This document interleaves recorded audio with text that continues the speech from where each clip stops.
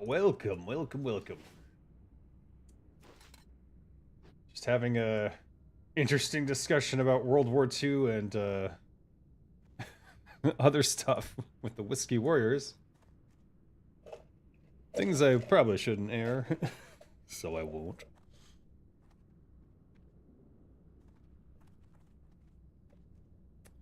But hey, so we're theoretically doing this optimal route thing again. I think we did it last week. But you kill these guys first to get a free action potion cooldown done. And then you go do the spider wing.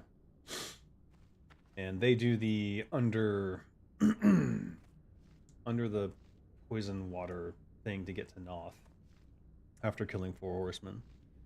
So I don't know if this is the most optimal route, but I'm told that it is. So if you're interested in that sort of thing, you might be interested in this particular episode to see how it's done. Not that this is necessarily the best raid to watch for that, because it looks like we're low on healers and things and people in alts. So we'll see how it goes. I've got my winter outfit, and I've changed the guild tabard, temporarily, of course. So I went with the green again this year. I just think it matches the troll skin. Though if my skin were green, I wouldn't have done it. I would have gone red. But with the purple skin, I can do green or red.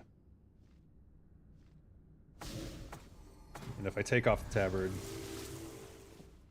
I went with the sexy Christmas costume.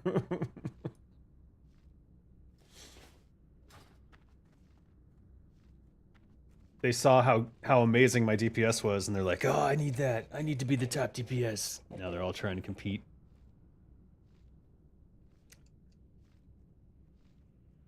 I know. It's insane.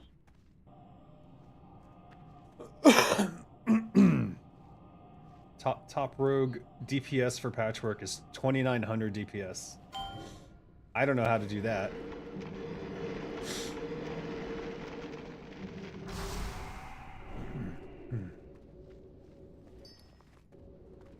I certainly couldn't. Perfect trinket switching would definitely be part of that.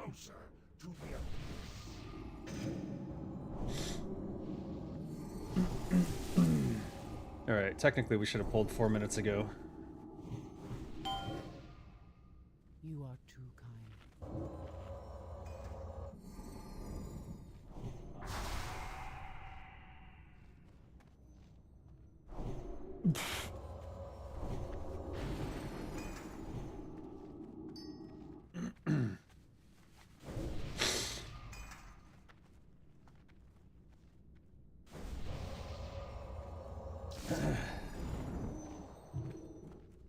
Blarg.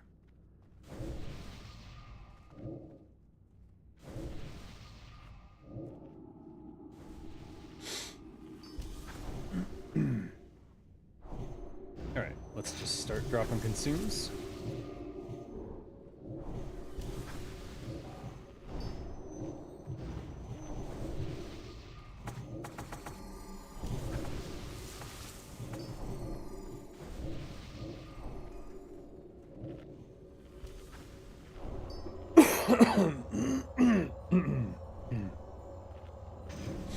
We're saving the Elixir of Fortitude for towards the end, even though it's only 120 HP, it might make a difference.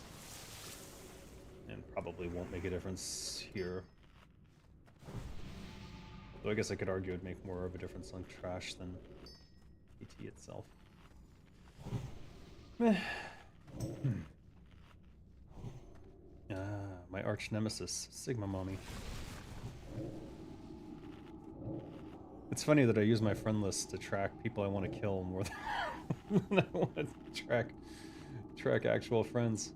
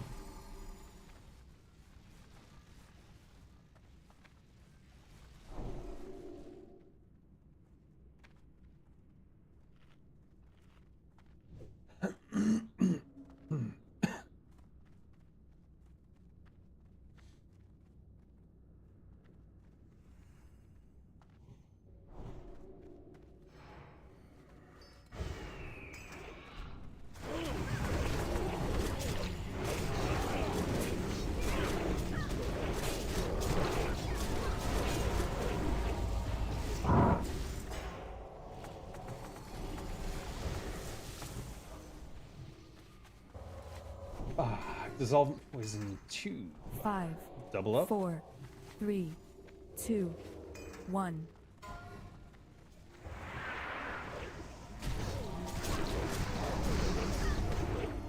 Oh. Okay.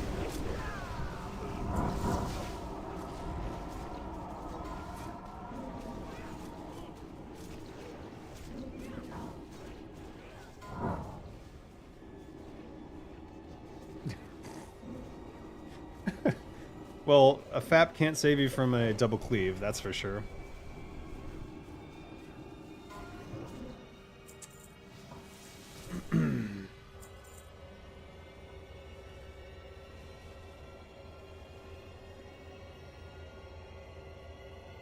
Send 3 gold to Zenrai, thank you.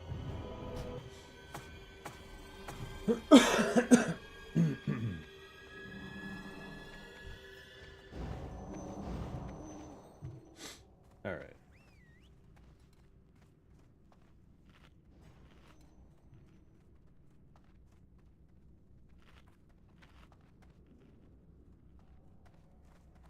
What? What costs 80 silver? Okay.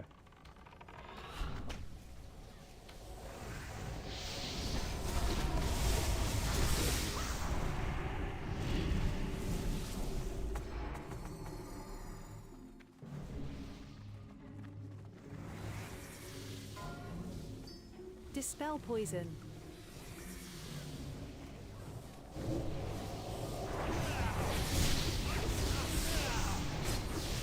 Dispel poison.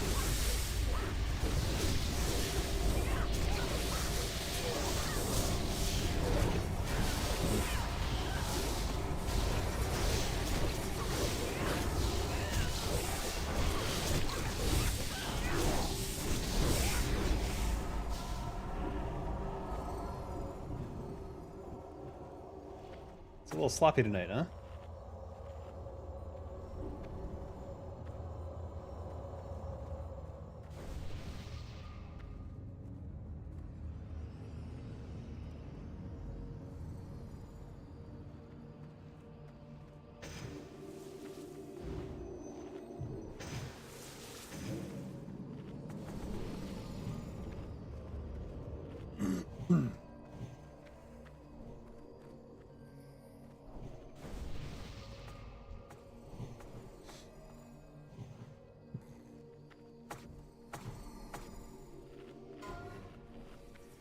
Dispel poison.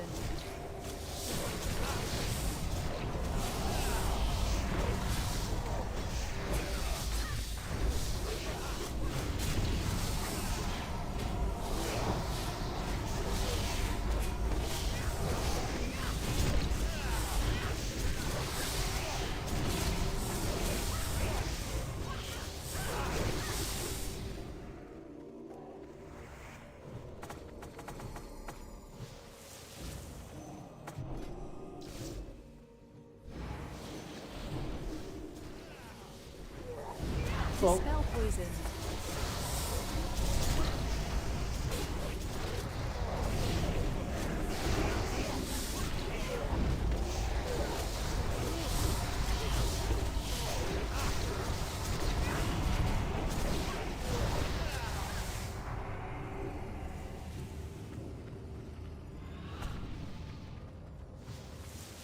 easy peasy. All right. Let's swap in Badge of the Storm Guard. Let's swap in Deadly. Let's swap in Corrosive Hue.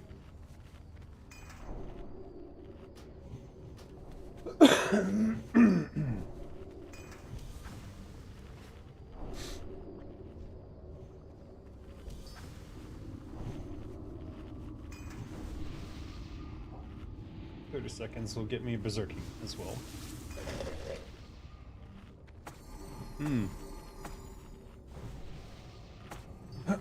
Tis the season. Alright, you want to be a little bit apart from the main pack. People bunch up here, but that's... he literally does 5, 4, a new 3, Baroque style 2, knockup. 1. You want to kind of be between the tank and the extra ads they're pulling.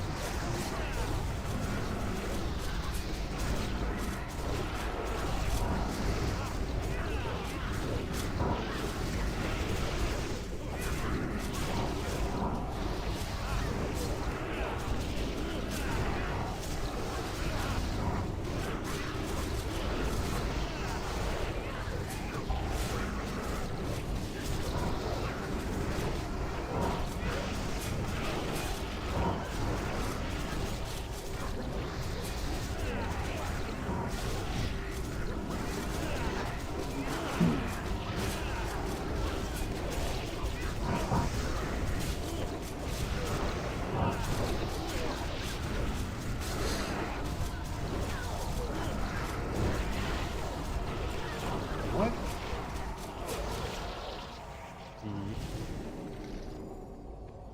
Splinter! Nice. Cryptine Silk Cloak. 7 defense, 1% dodge, 1% hit. I might off-spec roll that. I'm not sure about that.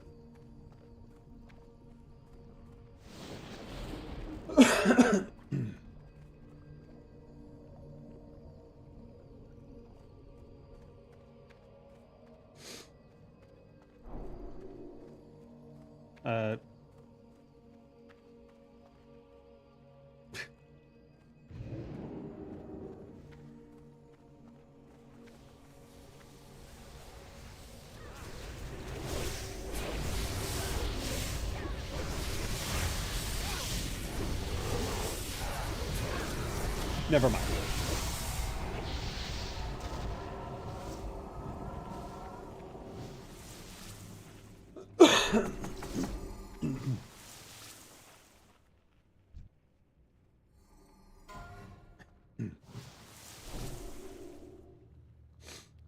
All right. We're saying to run in. Are we running in?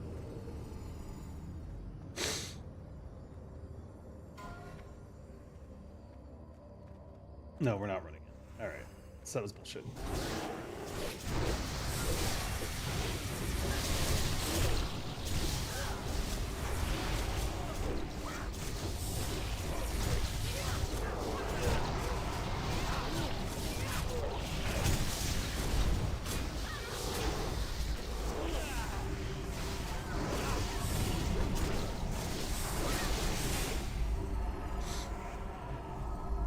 Okay. Yeah, we're just leaving Blade Flurry up for all trash. It doesn't... The fights are short, so you'll go through your energy quick, getting double backstabs.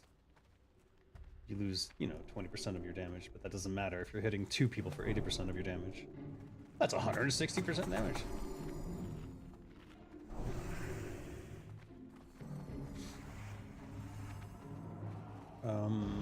That's gonna pull a lot of extra stuff.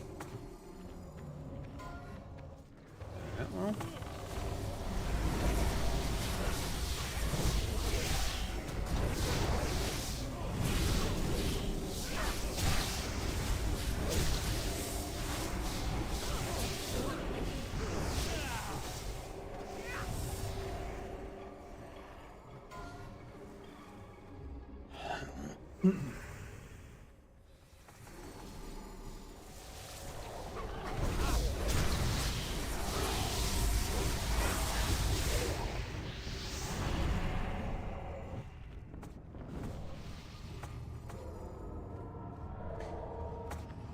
Christmas spirit is with me. How on earth are people still giving Blizzard money? I don't know. That's a good question, though. Why would they give Blizzard money? Dispel poison. I sure wouldn't. I sure as hell wouldn't, because you're not giving Blizzard money anymore anyways. You're giving it to Microsoft.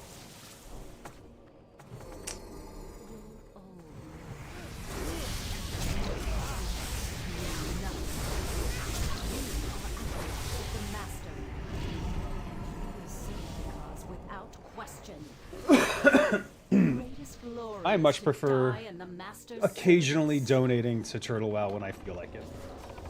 That is my preferred method for rewarding the hard work of the people who love World of Warcraft the most. Because I know it's not Blizzard Entertainment.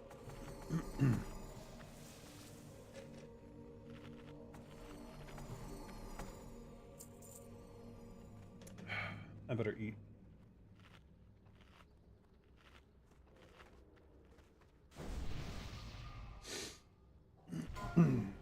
Five, 4, 3, 2, 1.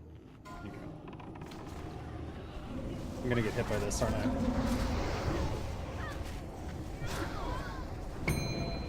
Shit. Whoa. Uh-oh.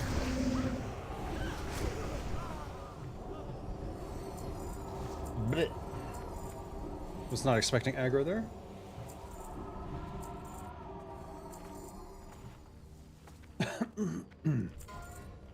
Five, 4, 3, 2, 1. Marks are not on these, but I know to go for these guys.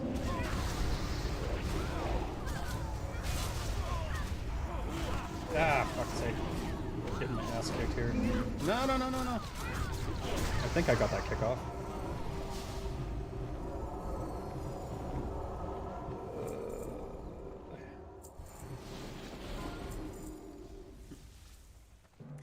Kissif, how you doing, man? 5, 4. Ring of the Eternal 3, Flame. 2. Great for a 1. fire mage, that's for sure. Naxx run, indeed. I mean, who knows? I might even get the offhand sword. What, I forget what it's called.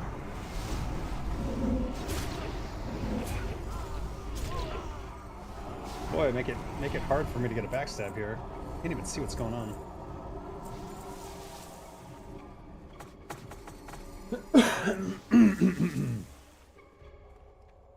It was not an optimal start, I'll say that. We went to the 5, 4, 3, 2. we went 1. to the abominations first to use a reaction potion there, but I got double cleaved and died.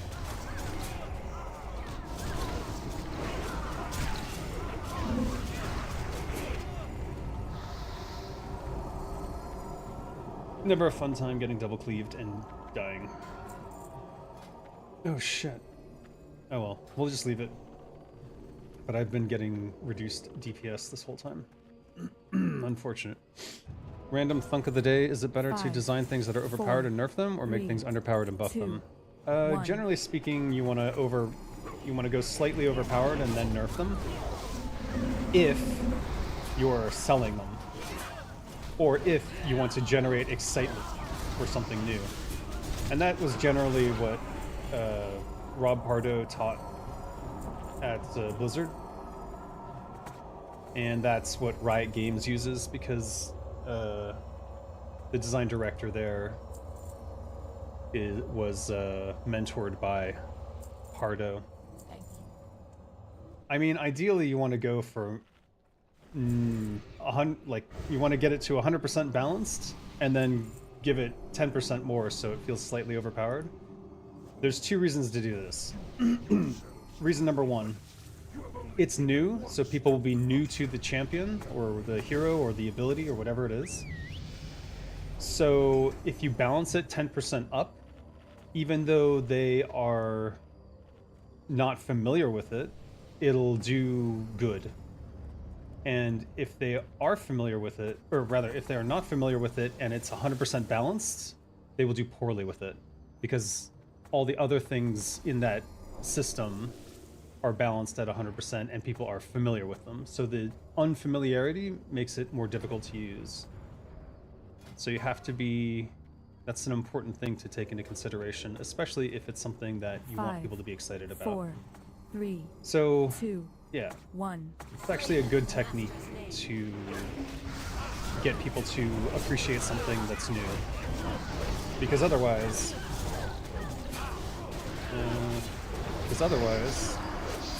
because of the lack of familiarity,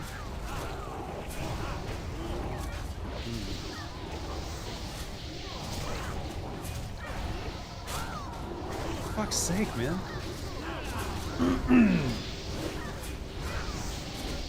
I'm not getting heals.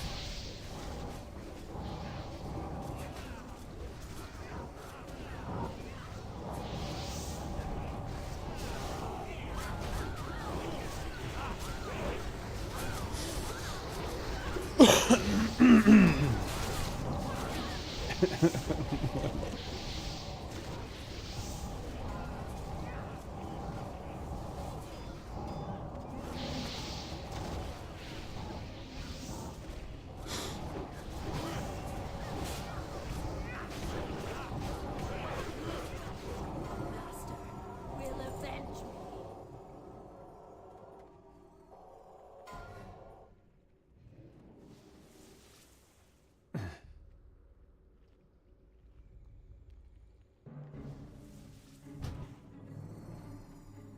That's the tank's fault for sure.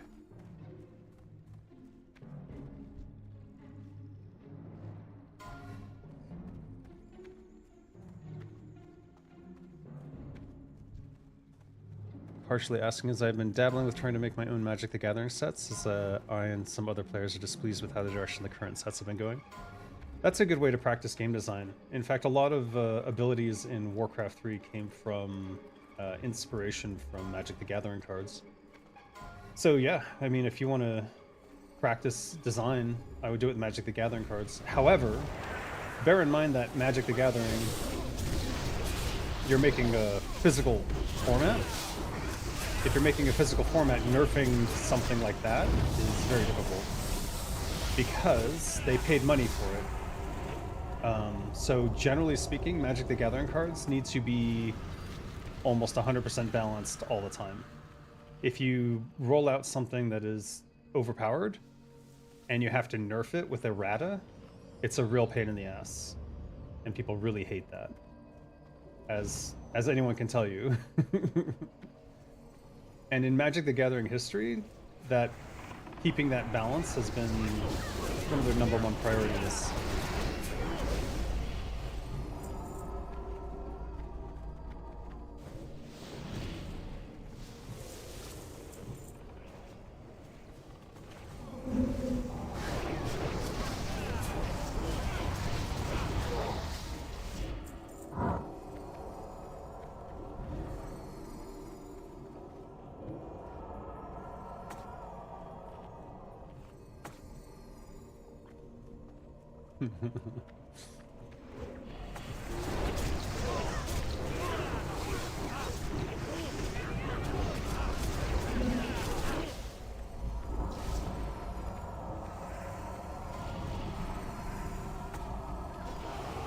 Dispel poses.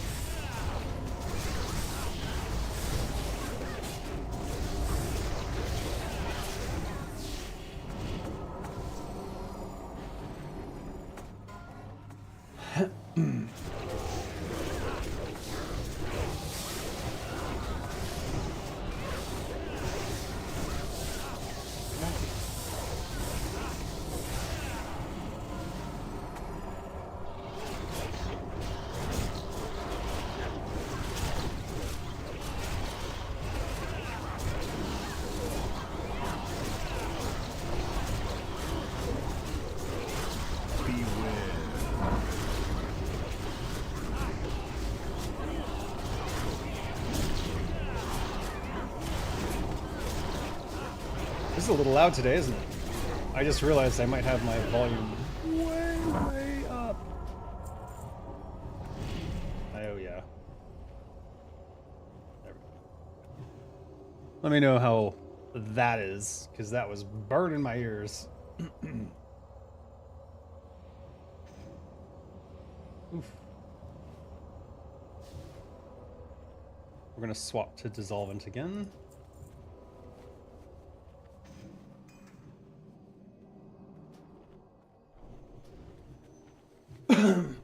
We might have to switch back soon, though. That's all right.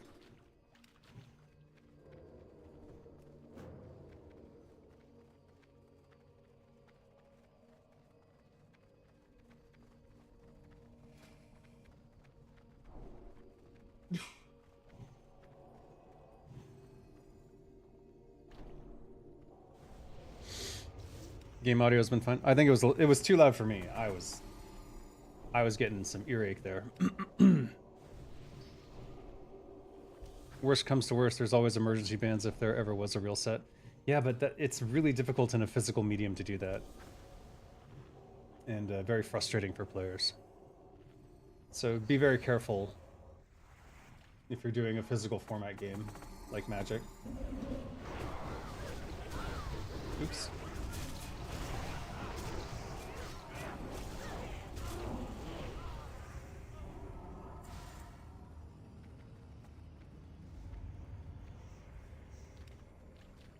Got hit anyways. Oh yeah, we're gonna have to switch back. Where are my oranges?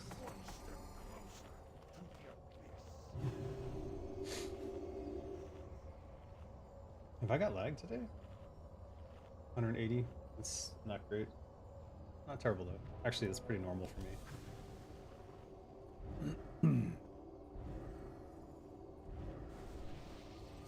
Wom, wom, wom.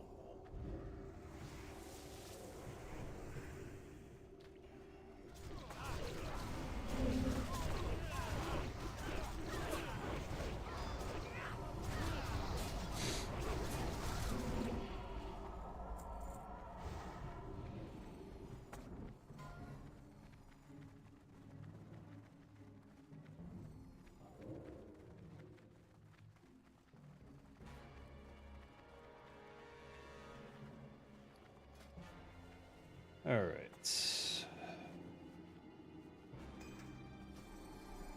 Deadly and corrosive.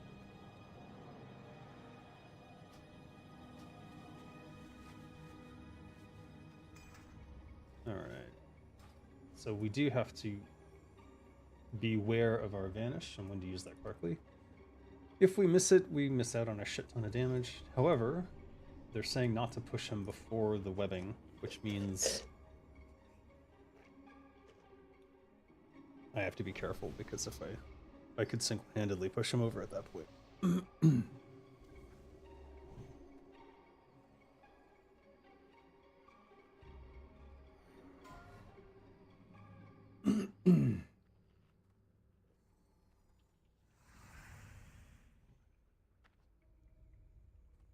Five, four, three, two, one.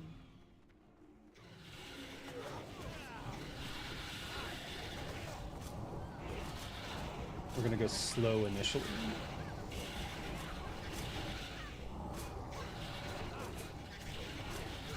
And now we'll go ham.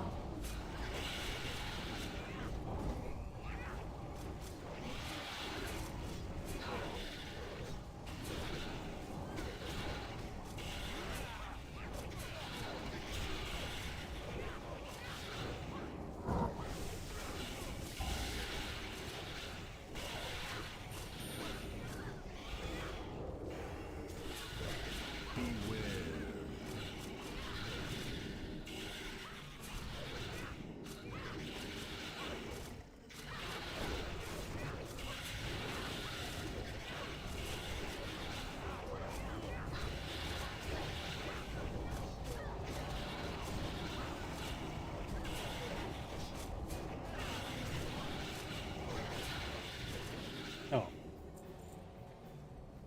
Used my T. Max and his hatchling. Oh, I should have SR'd that. Who dares violate the sanctity of my domain? Be warned, all who trespass here are doomed. Wait, let me double check that I don't have that hatchling. Max and his hatchling. Max and his hatchling. Wait, did I have it? No, that's Cavern Web.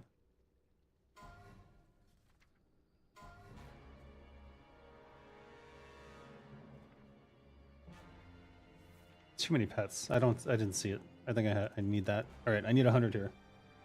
Everyone's gonna roll in this shit. Everyone's gonna roll in this.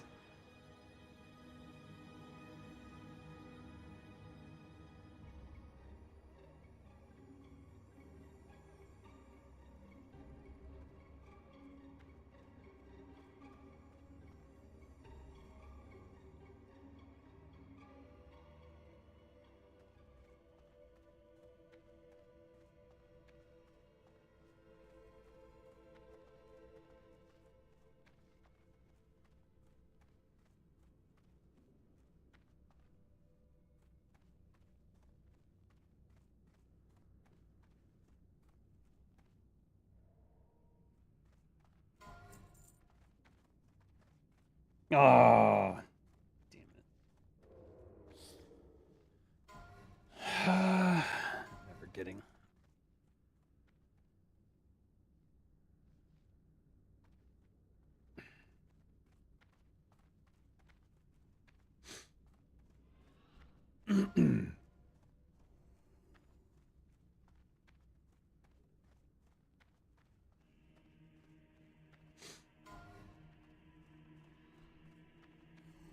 Bah.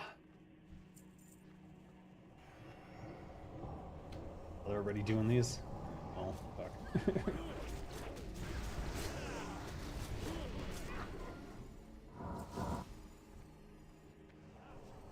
Oh, no.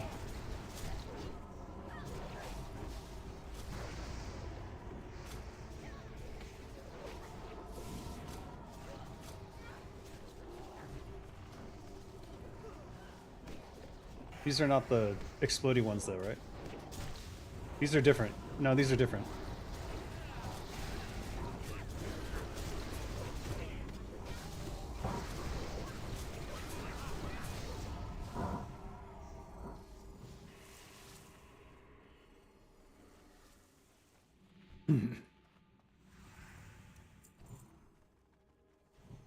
Yeah, they respawn.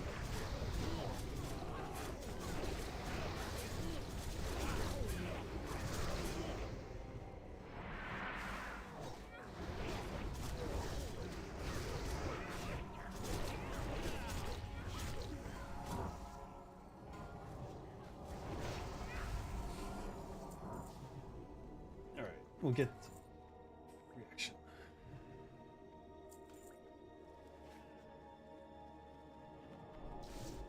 Free action potion time. Some agility food.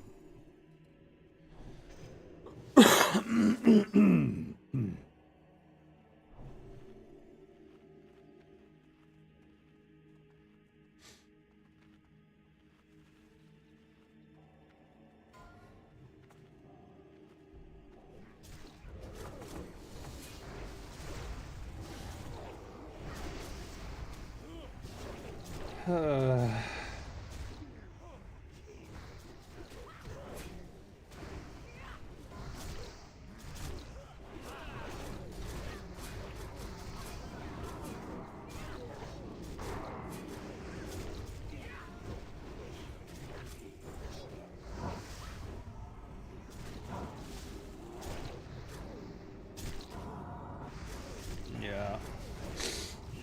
As soon as that FAP was done, as soon as my FAP was done, that was over.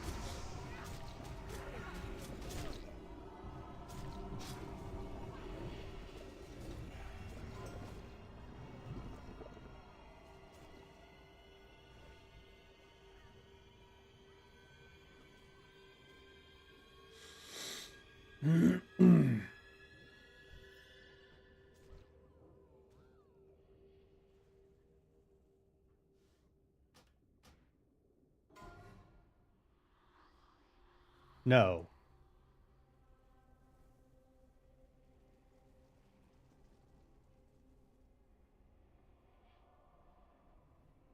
Something's going on.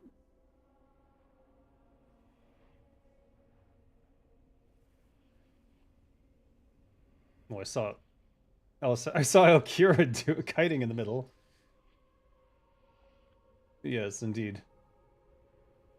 I was one of them. They respawn constantly. Don't go in the middle.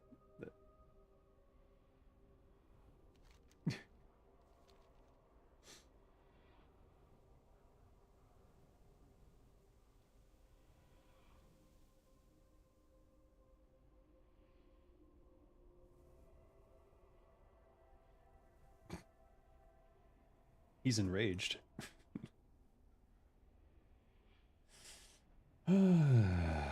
All right, it's one of those runs. So forget anything about efficiency. This is not it. This is.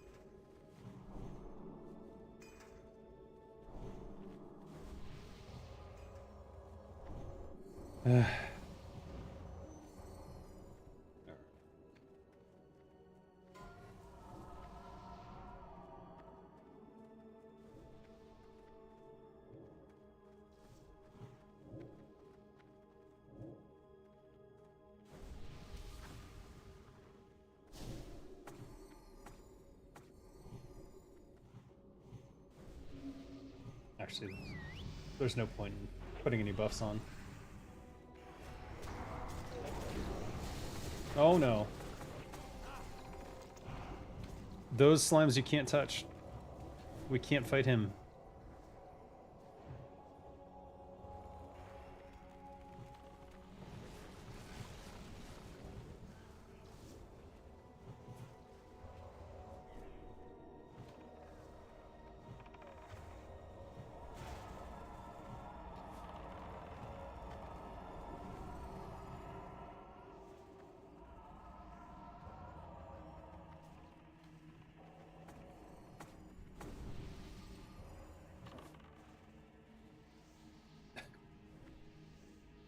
Just comedic at this point.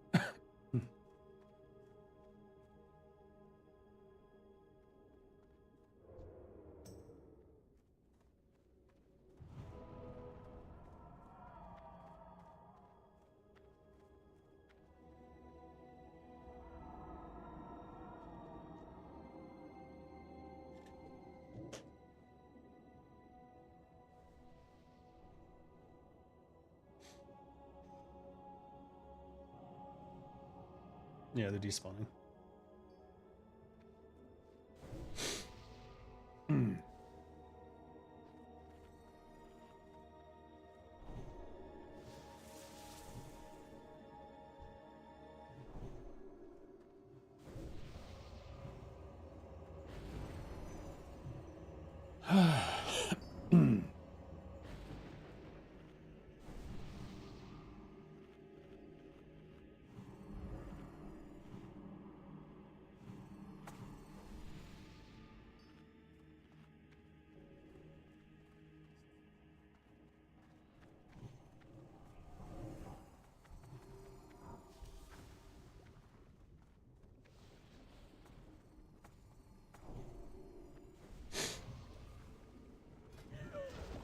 No! Who dares violate the sanctity of my domain? Be warned. All who trespass here are doomed.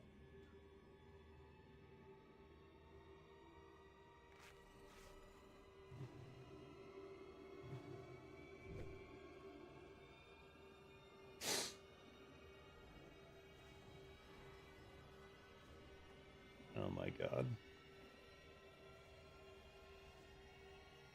It just shows how one thing goes wrong and then it causes a dominoes effect because people are not used to things going wrong.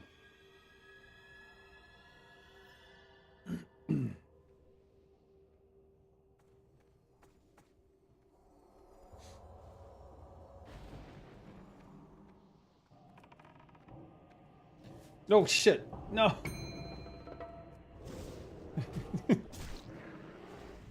That's me being an idiot. Oh my god.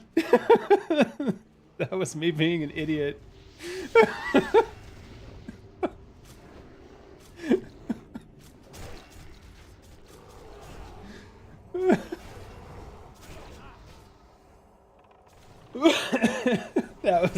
that was purely me, just brain dead. Brain death. Oh my god.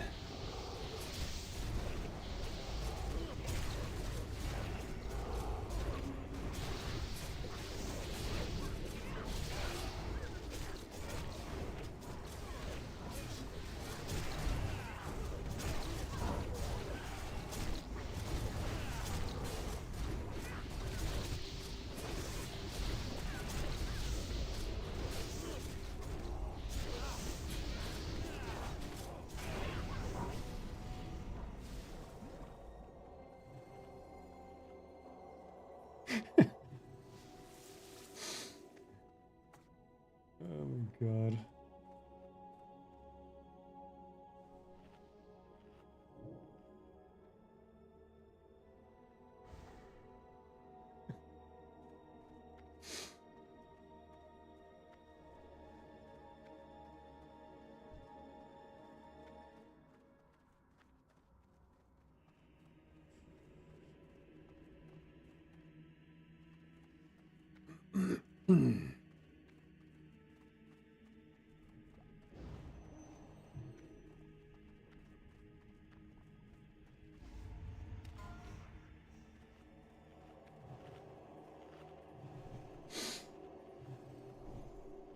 They're playing clown music. Which is too perfect.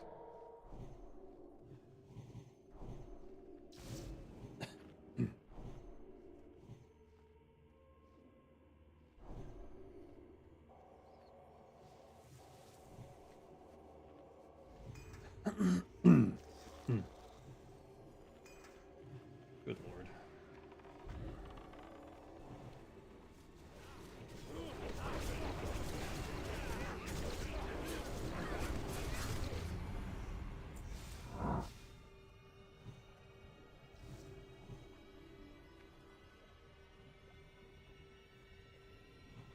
Oh my god.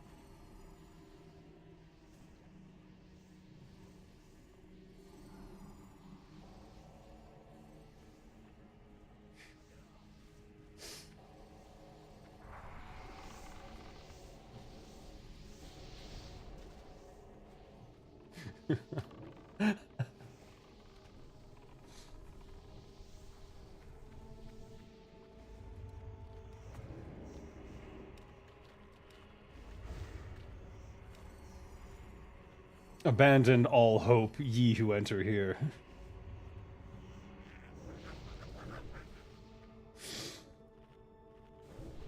Alright. I'm gonna have to retitle this video to worst way to do Naxx imaginable.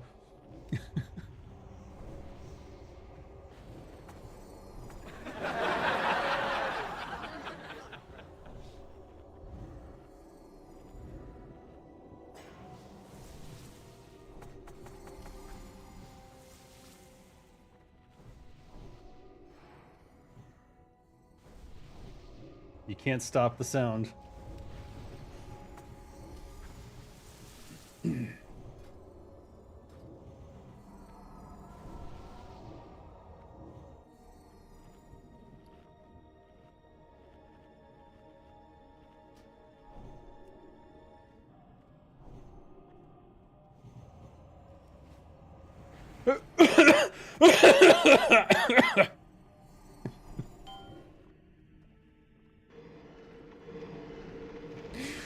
All right.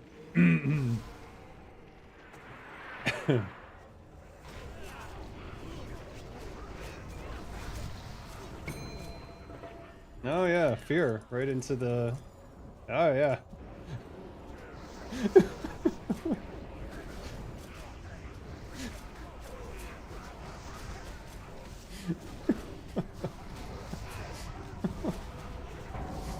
Oh my god.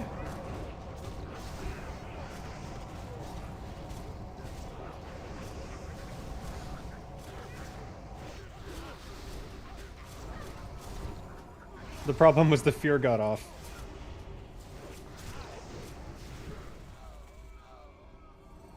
Oh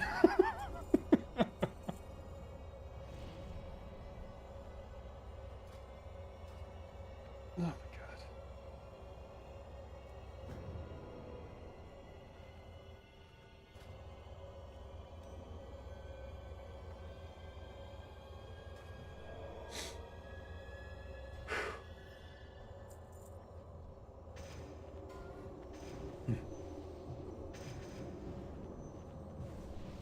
Normally we are at 4 horsemen by now, that is a fact. Oh my god.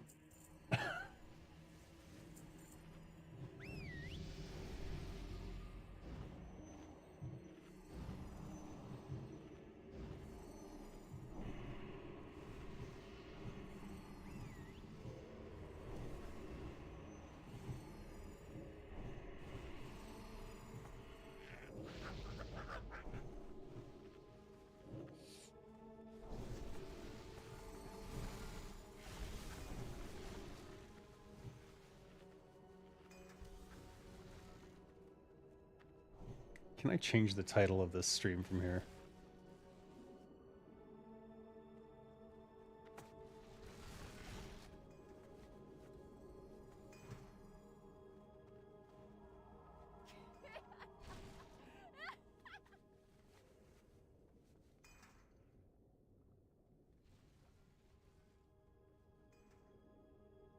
Now they have to explain fights.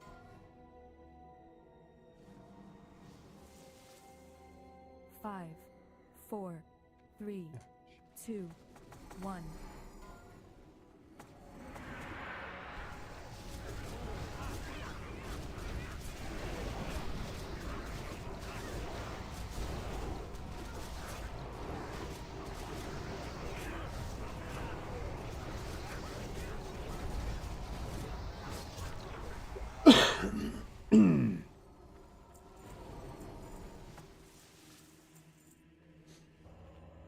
The power of explanations.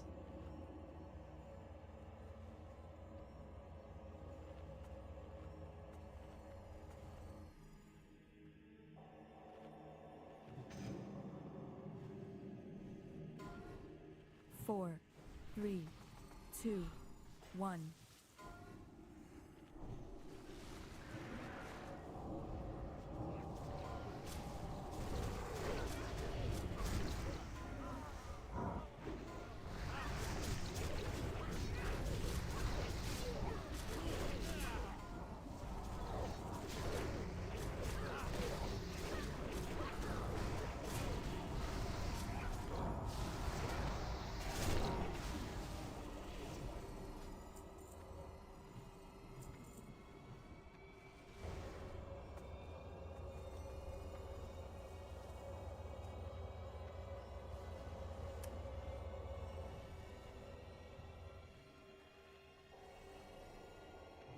Alright, I've changed the name. Naxx with Whiskey Warriors, the whole circus. That is far more appropriate of a title.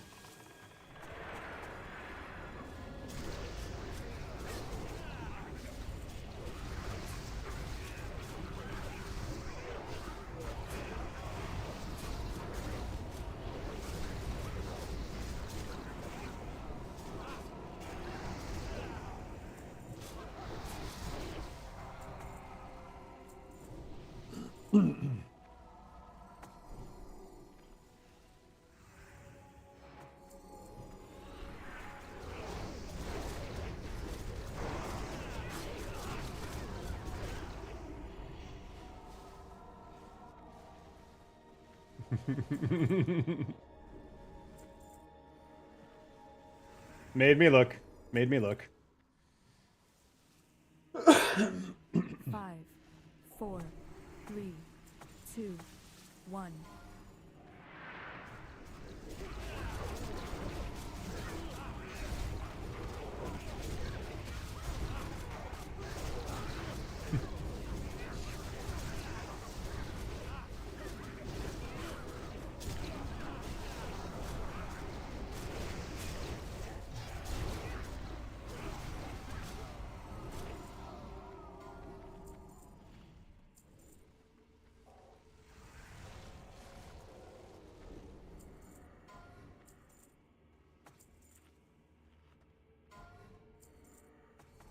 Five, 4, 3, 2, 1.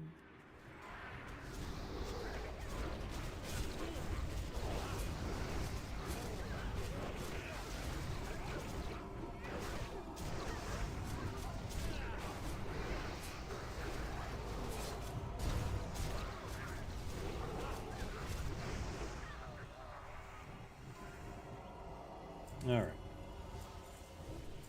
Let's hope this is all back on track now, because wow. Badge of the Swarm Guard. We're gonna need another deadly.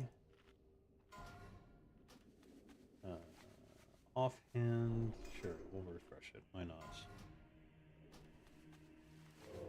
Anything dropping off? We've still got 9 minutes on most, so we should be fine. And I will stealth up.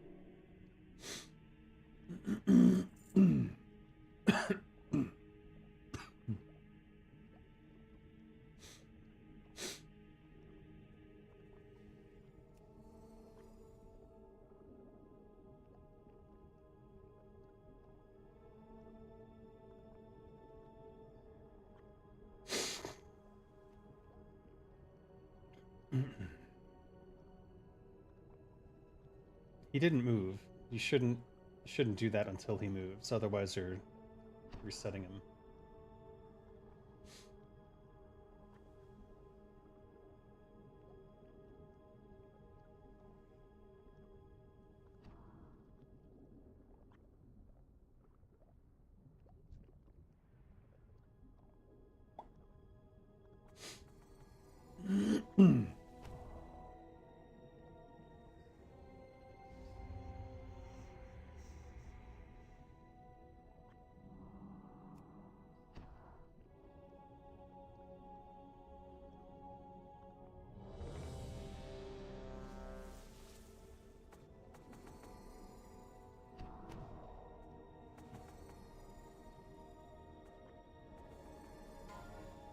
Four, 3, 2, 1. Patchwork want to play.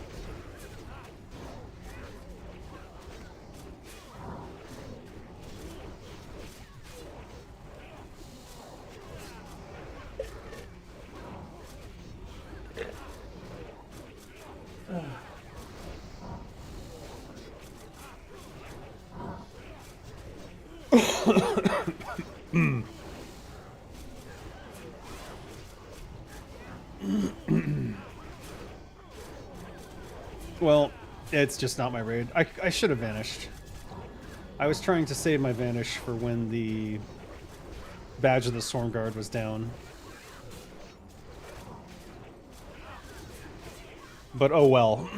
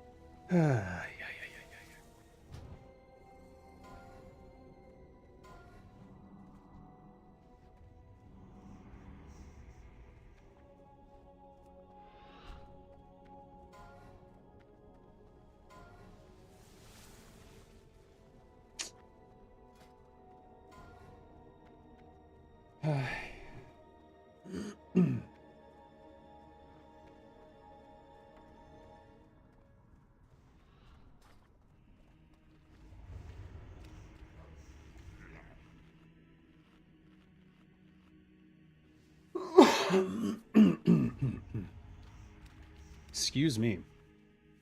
Alright, well. This is definitely going to be my worst parse in months.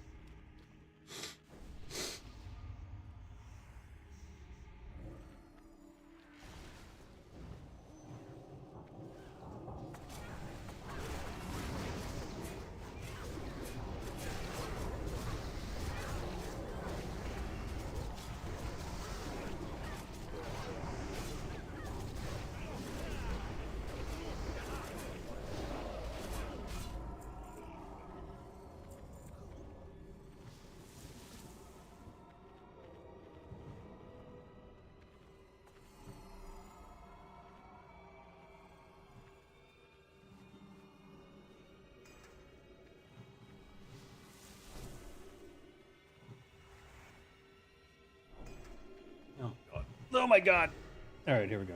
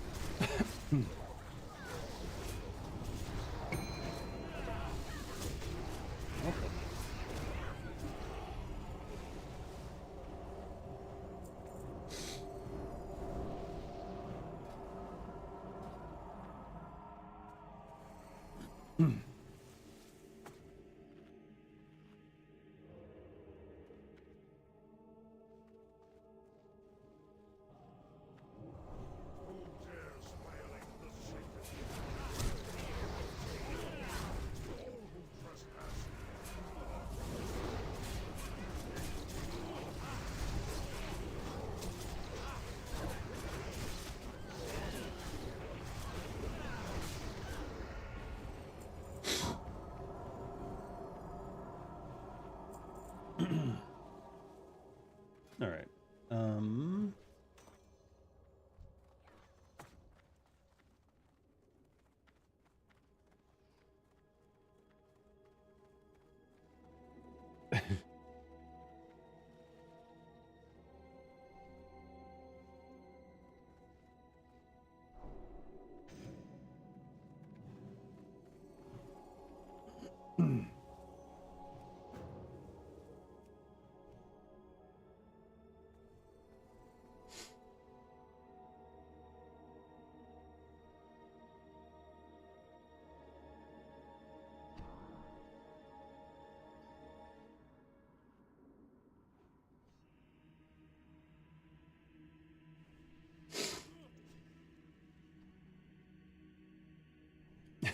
5, 4, 3, 2, 1.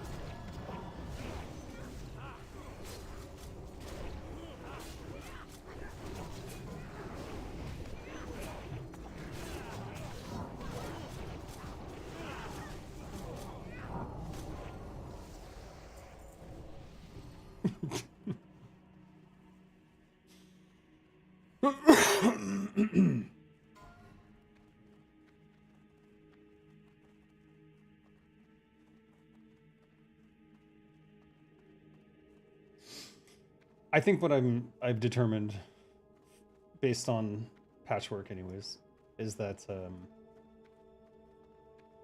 my DPS is outdoing what the tanks can do threat with, so it's best to not.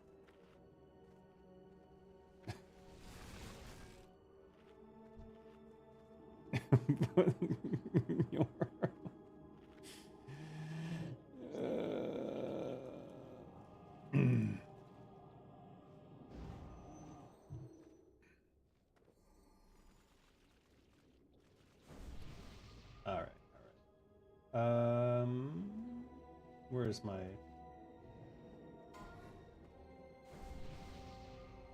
don't have a GMPP. The fuck?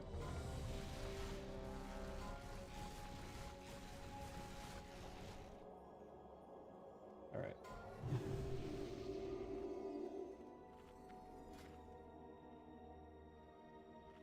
That'll be ready in time. Get some extra HP here. Feeling a little concerned. I'm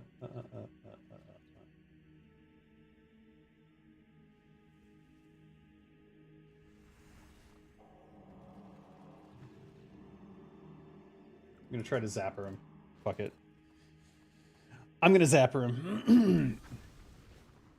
Blood Petal Zapper, I think it only works on the Blood Petal pests in Ungoro Crater, but I've been looking for things to zap with it. I've been trying to get all the quests done. 5, 4, 3, 2, 1.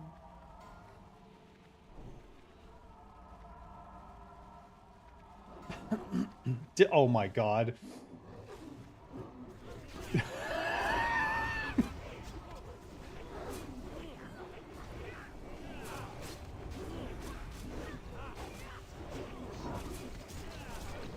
I can't believe someone hit the freaking hole in the sewer pipe. Oh my god. This is truly the clown show. This is truly the clown show of raids.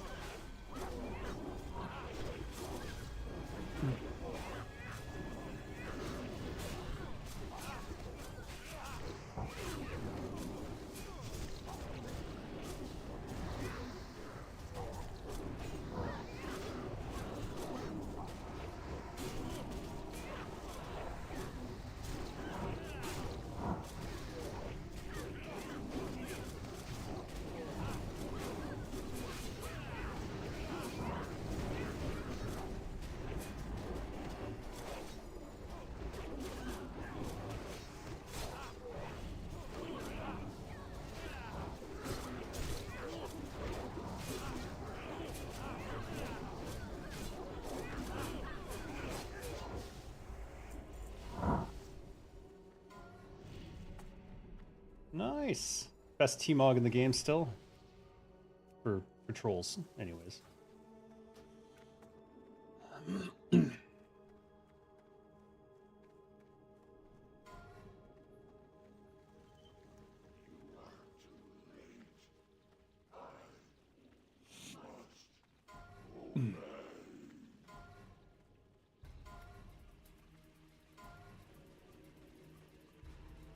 Alright, alright. We need to get a GMPP for this part of the fight, or I'm gonna be sad.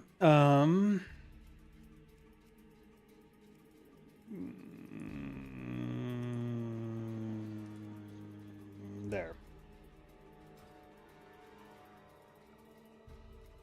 Put it here.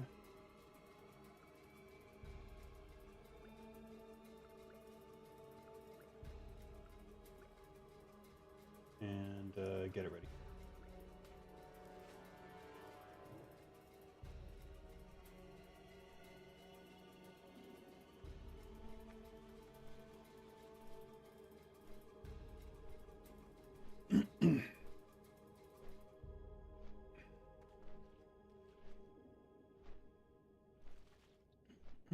All right, let's get the Sour Mountain Berry.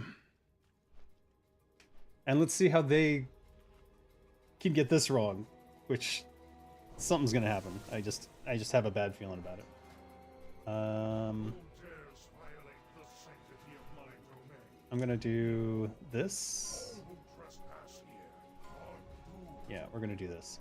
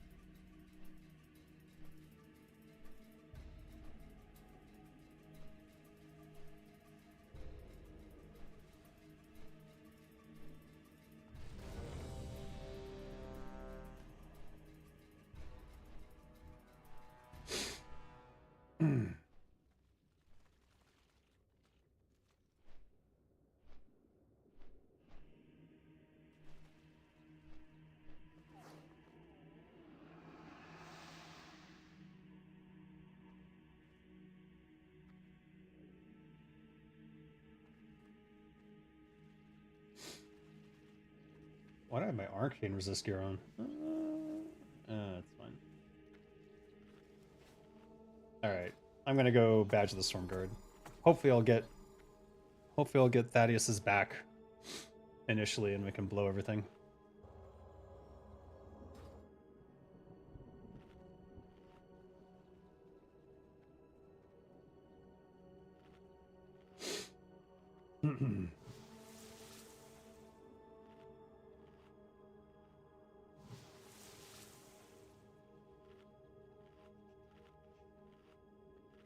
Ah.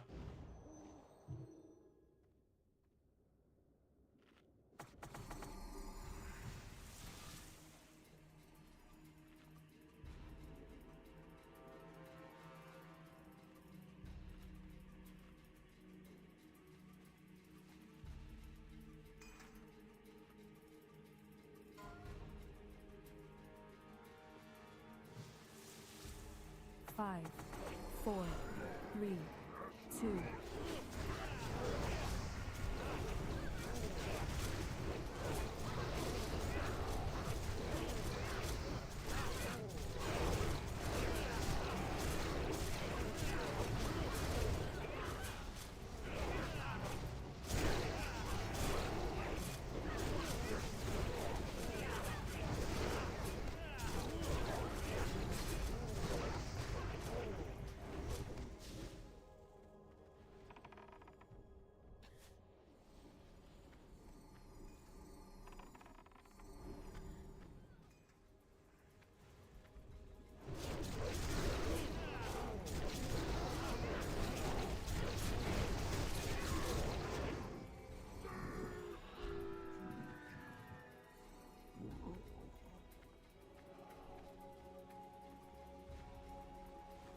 Yeah.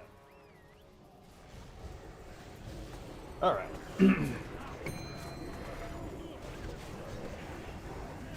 Negative left, positive right.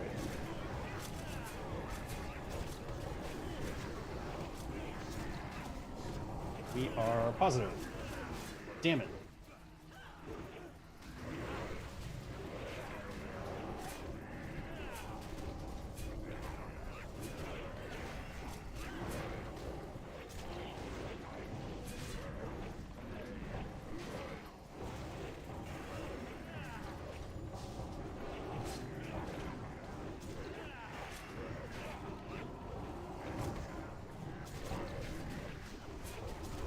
Negative.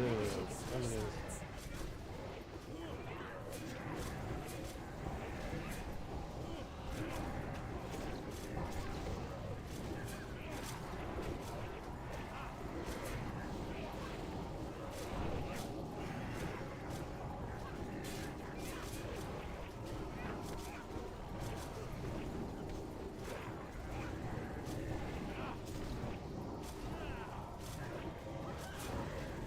Negative. Negative. Damn it.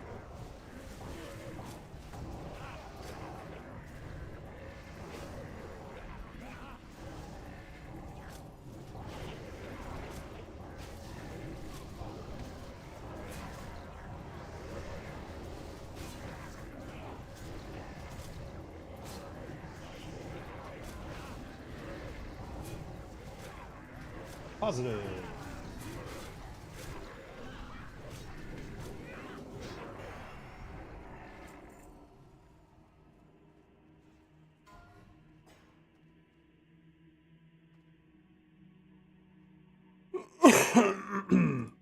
Desecrated headpiece, desecrated helmet, Spire of Twilight. I haven't seen. Have I seen this? I think I've seen this before. Oh yeah, it's the candelabra.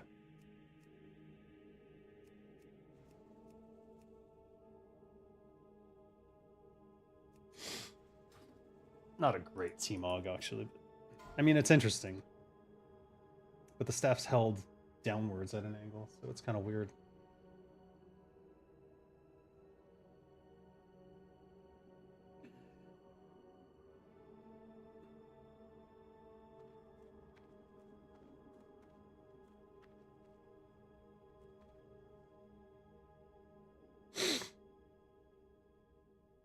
Zuli trying to kill me. Alright.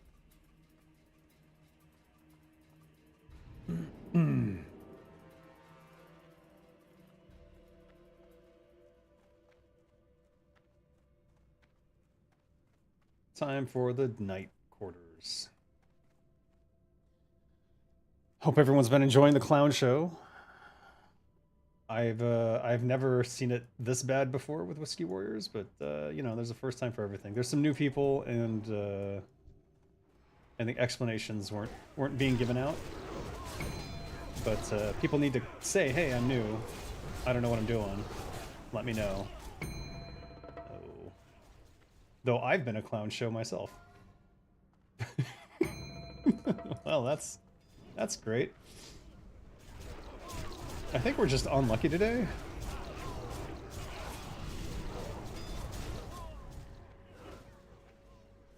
Alright.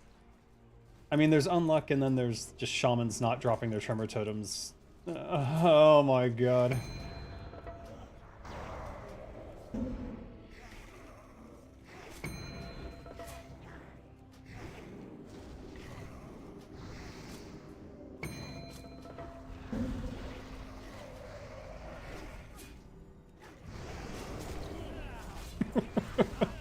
Just fucking solo him.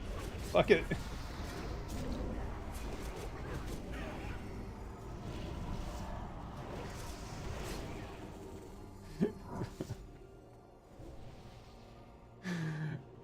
So... Rogue tank. That's all I gotta say. Rogue tank. Do not continue. Turn back while there's still time. Oh, jeez. The first kill goes to me. Anyone care I to did nothing. volunteer?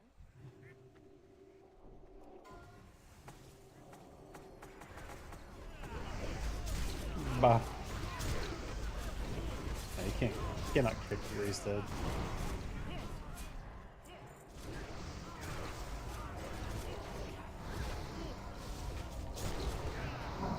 Okay, what am I hitting?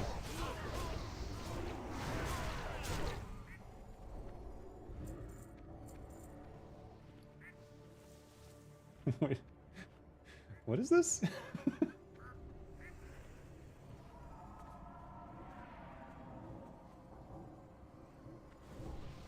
Oh, it does have crit strike on spells, so it actually could potentially be useful for testing.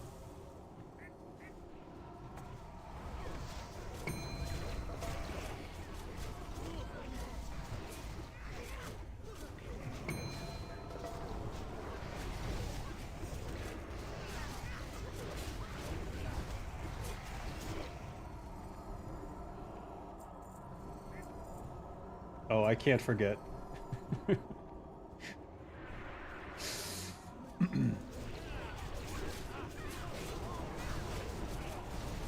Imagine that right now with assassination the way it is. Oh my god.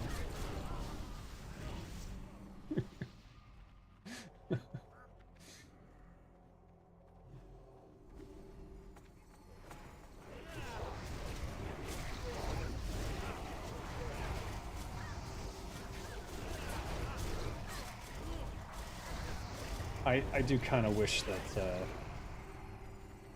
spell damage increased nature damage poisons. I think that was interesting. I understand the fear, but I disagree with taking it away entirely rather than like having some sort of mitigated scaling with it or something. Because it could be balanced. It could be done to be balanced.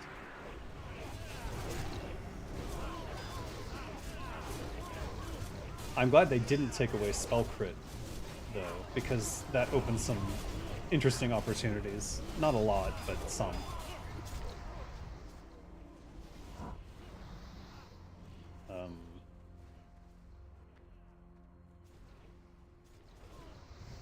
Why is it me? Every time I get feared... I swear I'm cursed. Every time I get feared, I run straight towards the enemy mobs. It's driving me crazy.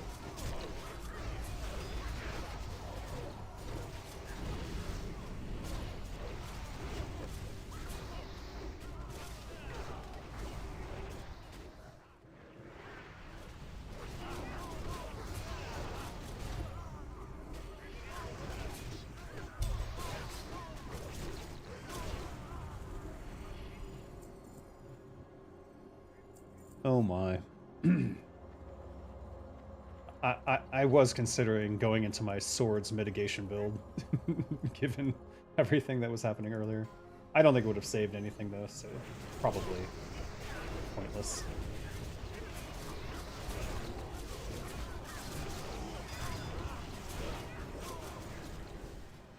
Alright, I've got Badge of the Stormguard on. I'm gonna blow that cooldown now. Maybe.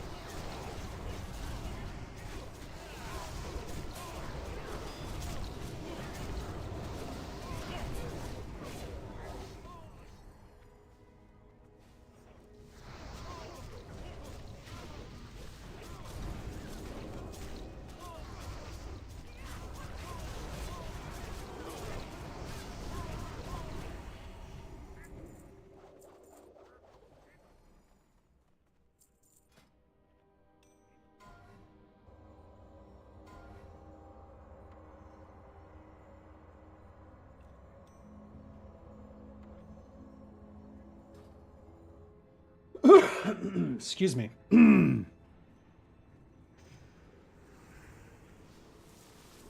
Let's eat our agility food.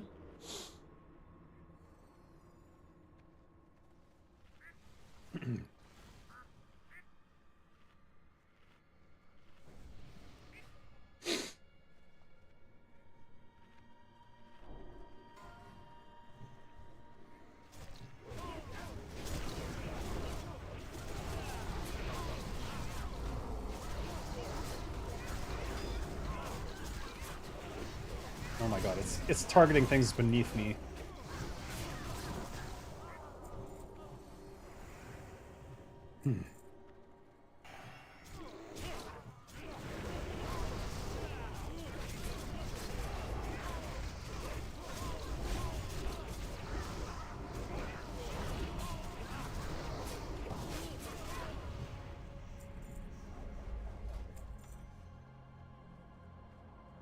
All right.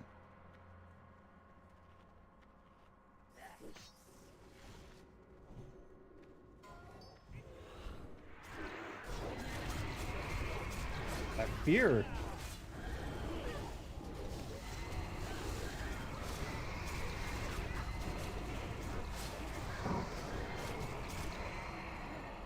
Shh.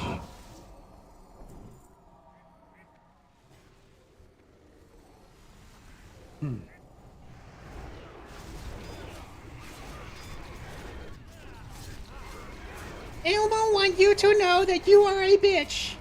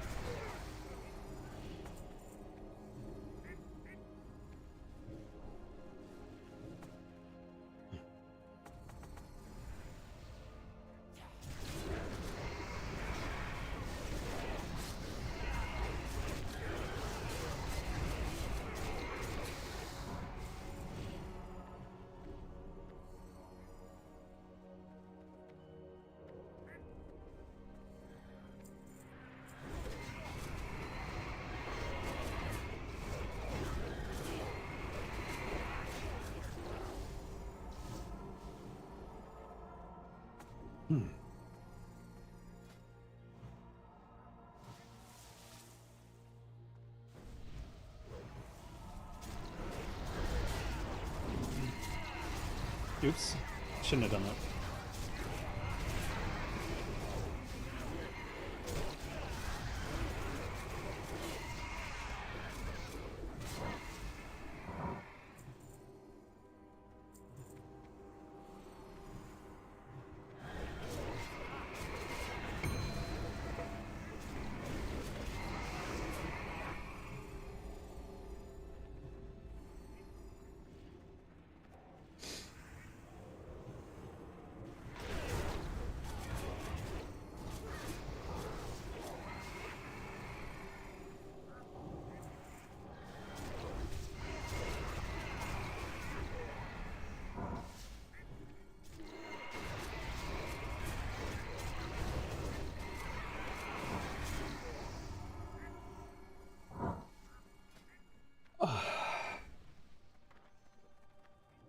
All right.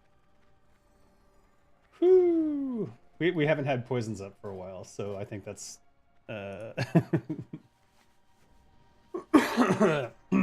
partially to account for our reduction in damage there.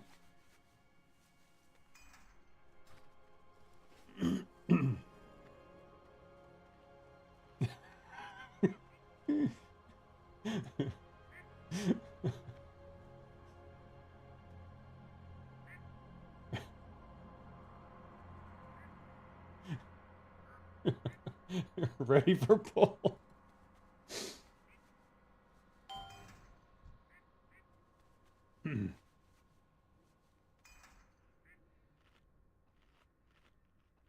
I'll just buff up a little bit. We did all the quests last week. Killing Resuvius dropped something for one of the Kara 10 quests. That quest line seems to be done for the most part, except for I've still got the rod and the gemstone of Kara in my inventory. All right.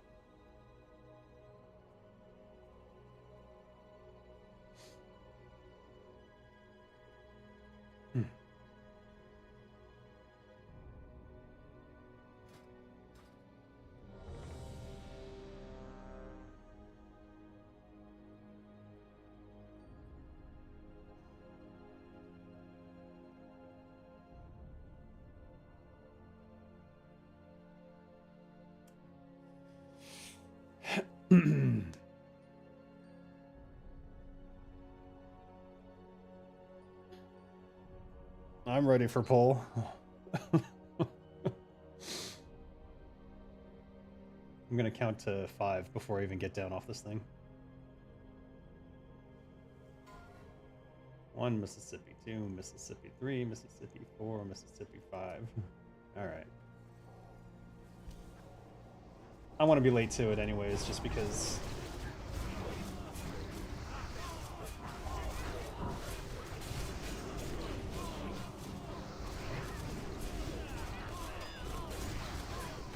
Priest down. I'm dead.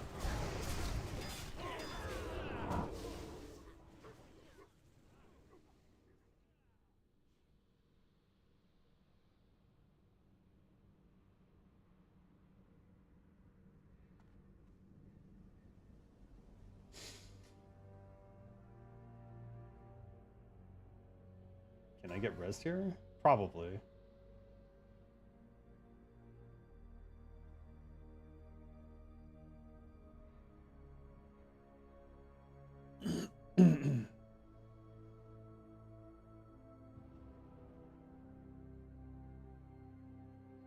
If Marky Mark is rezzable, I'm rezzable.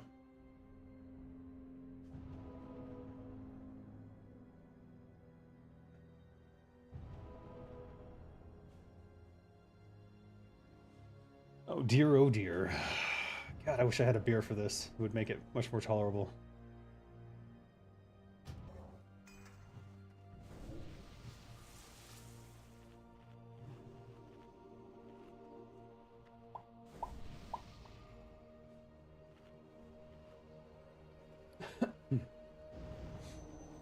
He's watching my stream.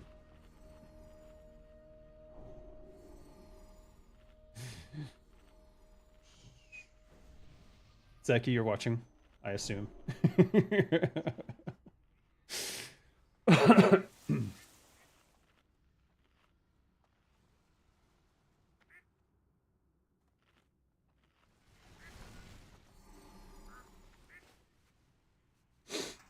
How the hell?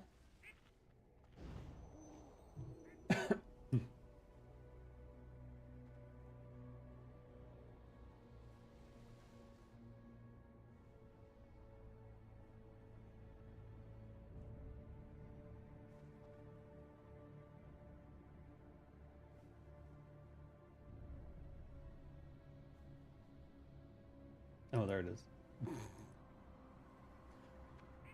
All right. Let the clown show continue.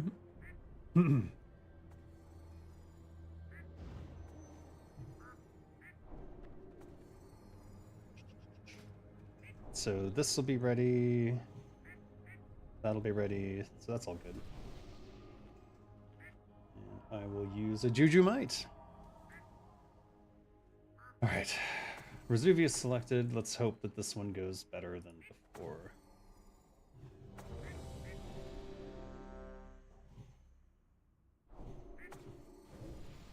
There actually are.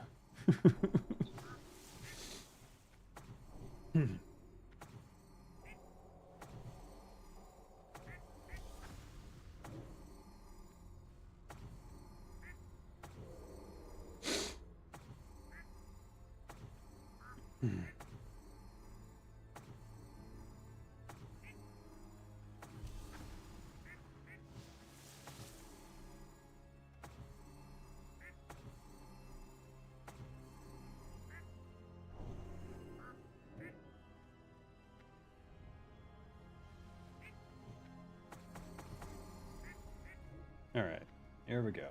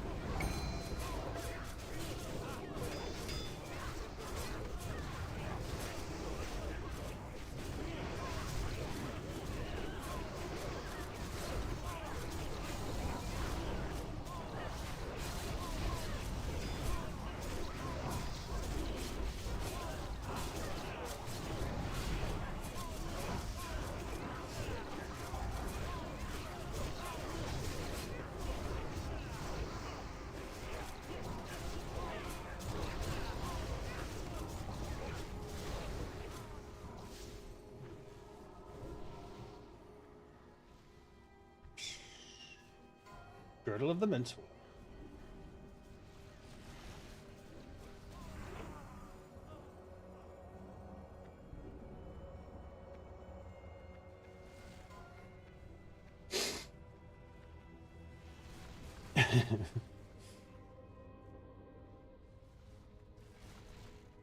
What the heck?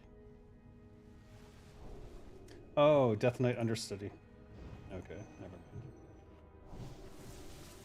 So I was definitely top there. Hey, Agramsh? First stream in a while I was able to catch. Anything big change for last month?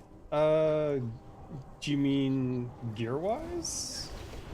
Or what do you mean? Nothing big has changed, generally speaking. Winter Veil events have started, so if you haven't checked those out, now is the time. I already did my daily for Snowball. It's the same as last year, same rewards and everything. So if you missed out on getting the Snowball mount last year, now is your chance. And there's also some really cool new winter T-Mogs, which I'm wearing several of them. Lighting here is not great, but I'll show you later. We've got the Rift Carver's implement now. I don't know if you missed that. Trickster's helmet and Trickster's pauldrons. So we need one more piece to get the 3-piece set for Tricksters, which gives you haste on openers and a chance for haste on what you call it? Oh shit. On closers.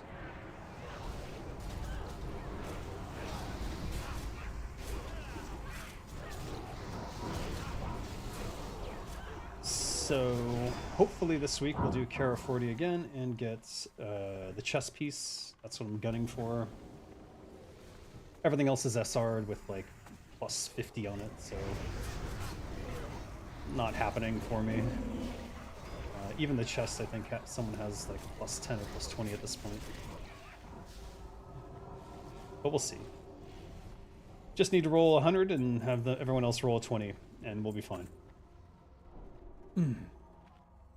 Life-wise, your old YouTube name is shown. It's Cityman. Oh, Cityman. I don't know. Yeah, that's weird. Oh, hi.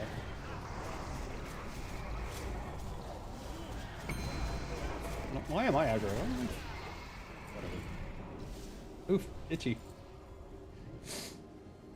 So, life-wise, I'm looking for a new full-time contract. The previous contract has ended, so I'm looking around for some sort of full-time thing. Unfortunately, the market for game development is absolute shit. It's flooded with people with lots of experience who have recent titles under their belt. My most recent title, while a cool game, Engines of Fury is actually a cool game. It is a Web3 game, meaning it's got crypto, and so there's all sorts of negative associations with that. So it's a difficult thing.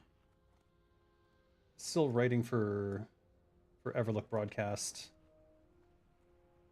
but I need another big full-time gig or a couple of extra contracts. Coincidentally, if you are making a game and are interested in retaining my services for writing or design or whatever, or just to give you a bunch of feedback, I do have that available as a slot on my Patreon.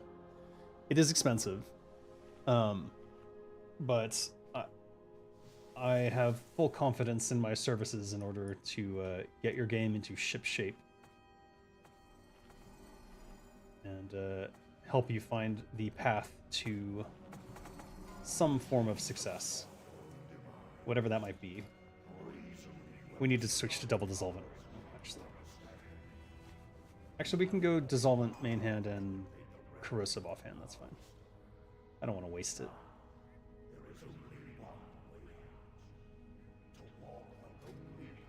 And Mark and Kiss makes a lot of sense here.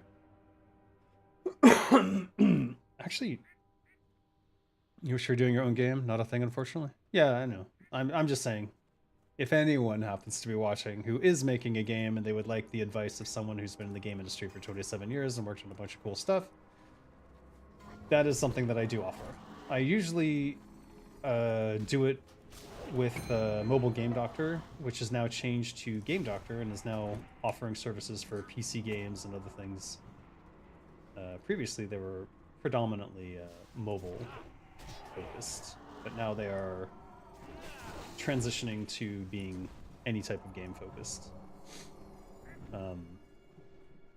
But they have not that much work coming in because the industry, there's not a lot of money going around, so there's not a lot of projects going around, so and indies can't necessarily afford it unless they're already successful, and if they're already successful, what do they need with our advice at that point? You know what I mean? It's kind of a trap. But it's also a way to hire me to, if you need writing or quest design or something like that, you'd be amazed how much I can get done in 1 month. For example, for Engines of Fury, I did the entire first series of quests in 1 week. So it's not necessarily the best way to get things done, because you want, you want to maintain quality, not just quantity. But I can do a lot with limited time because I've been doing it for so long. So something to consider.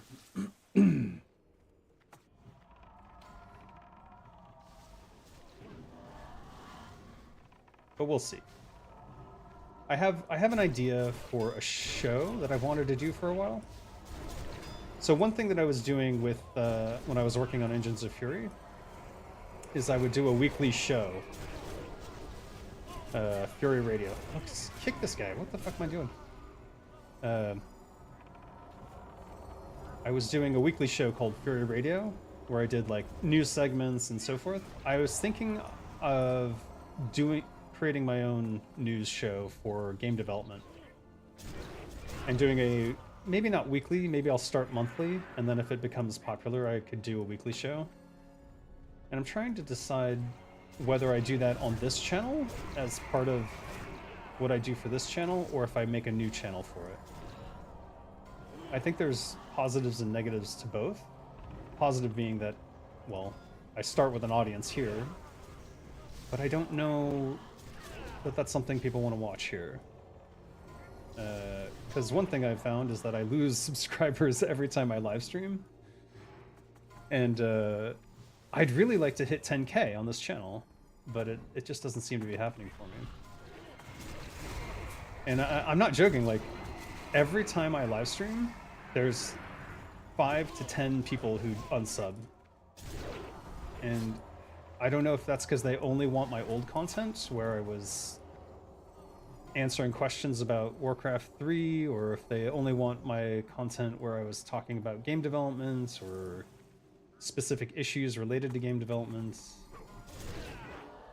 But maybe they are the audience that wants a new show about game development.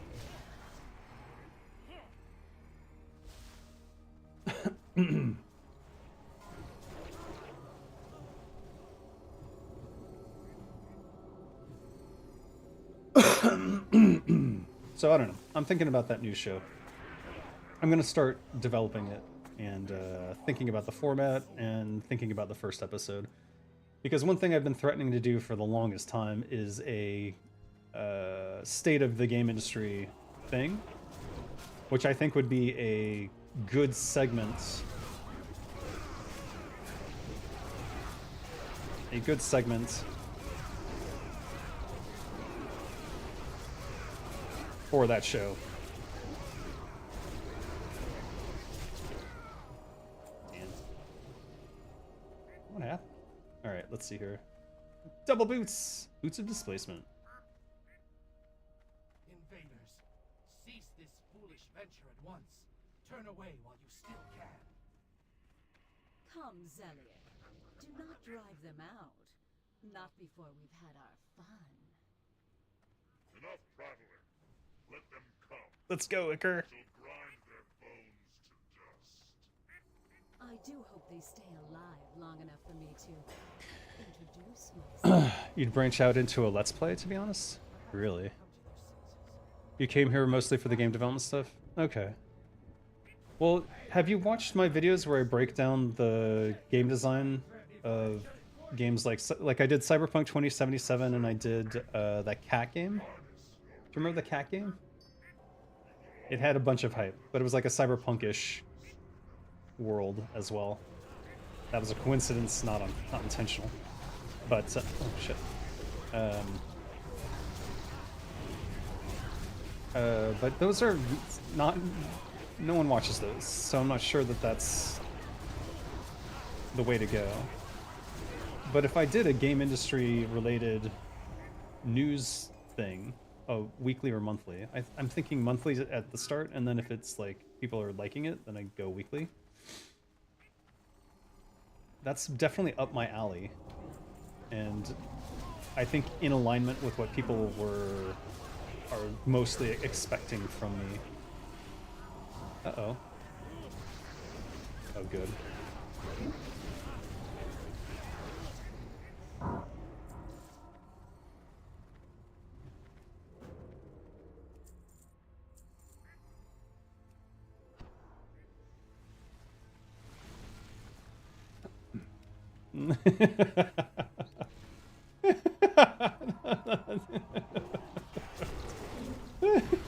Oh god.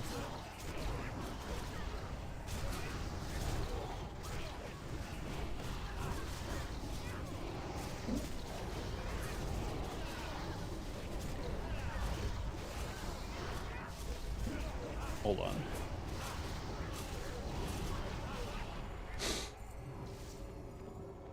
Oh.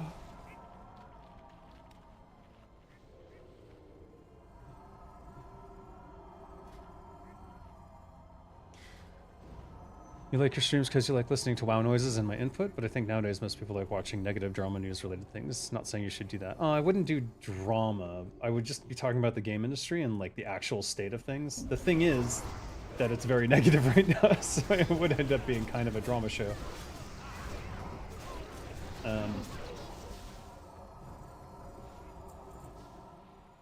So unintentionally, it might be what the algo wants. Not that I'm very keen to do that. But someone needs to talk about the game industry and game development from the perspective of someone inside it. I've watched a number of channels that are about the game industry, and none of them are actually in the game industry, so it's a little frustrating. My opinion on Bellular? He's reporting things as he understands it. He's definitely got a bias in favor of Blizzard, though, because he wants to do Blizzard content. But he doesn't hold back from flaming them when he's unhappy with what they're doing, so I don't know. I'm just not sure how much insight he has into the game development in the industry. They've made a game, they have their own studio, but it feels like it's like an indie studio, so it's still not quite it's not quite, he doesn't give quite the information that I would have or the way that I would present it. There's some basic information that you can get off of LinkedIn. I'm gonna hang out on this side.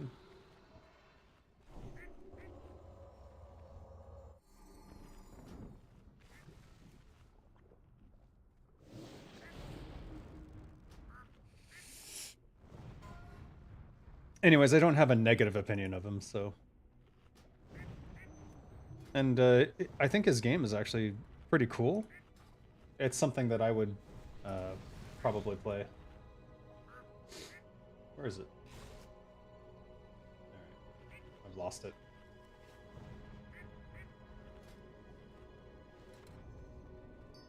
We're gonna start with badge. Yeah, we are.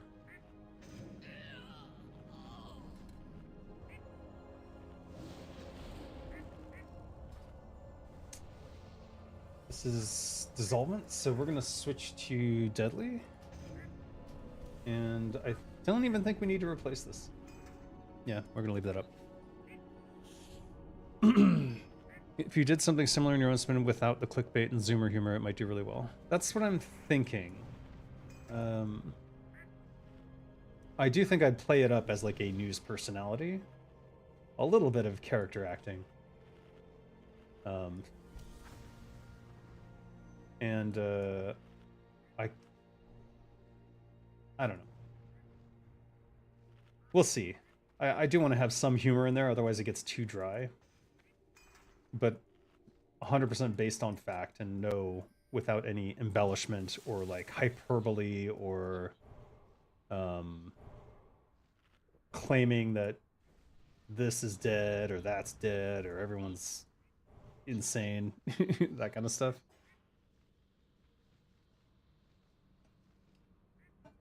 And of course, minor interjections of my own political views would probably have to happen. Simply because capitalism seems to be at the root problem of everything that we're seeing in the modern era. And yeah.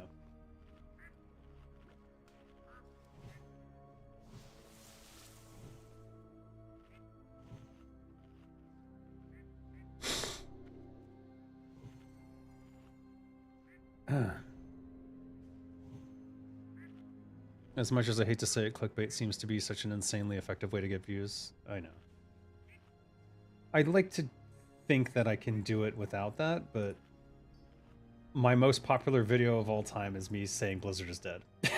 But that's not hyperbole, that's factual. Nothing wrong with having thumbnails of Kotick with devil horns or Todd Howard with tearful eyes. I've done that. And those are true too. Bobby Kotick is the devil. People forget that he was at those P. Diddy white parties. Like, what do you think he was doing there? What do you think he was doing there?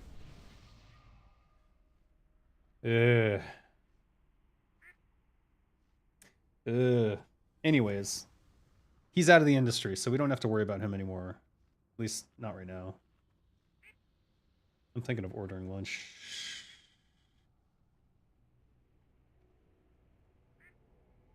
I'm not really hungry, though. Maybe I shouldn't. Yeah, I'm not really hungry. They're doing explanations, so I'm just waiting for this. We might have to redo our food, though. Nah, I'm not hungry. Oh!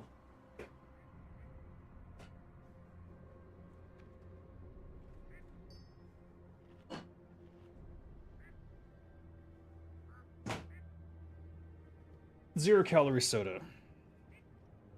For someone who wants something sweet but doesn't want to die. So depending on who you ask, maybe these sugar substitutes will kill you.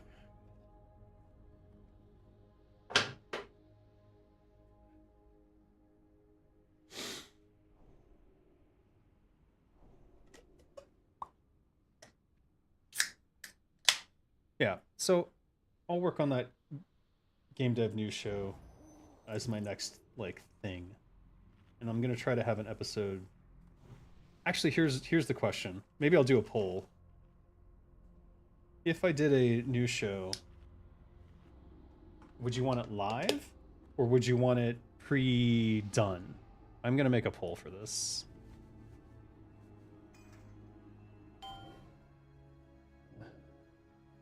If I did a weekly or monthly news show, live or pre-recorded? Live. Pre-recorded.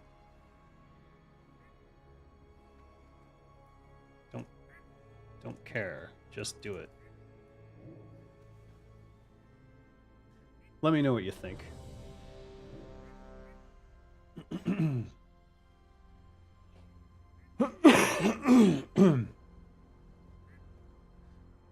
Both could give you an insight on what works and what doesn't. I could do both. I could do it live and then create a recording out of that. I've done that before, but it's a lot of extra work. Whereas if I just pre-record it, I can get it perfect and then do the edit and then put it up. But if I do it live, I then have to do the edit and fix it and then put it up. So there's like extra work. Live is easier by far for me because I just have to do it in the moment and then whatever happens, happens.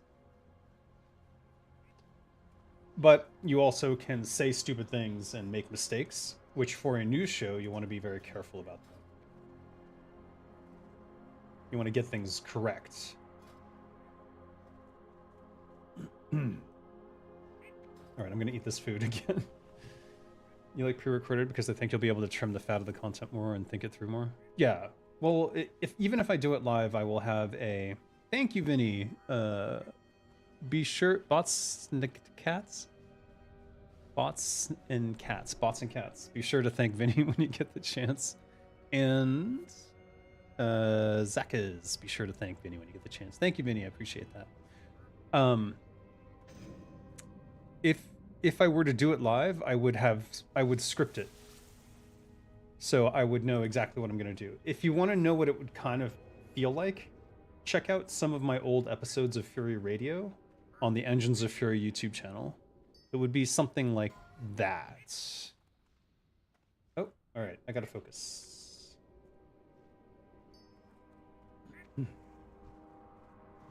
5, 4, 3, 2, 1. Defend yourself. All right. We don't want to actually... I'm going to give him a second here.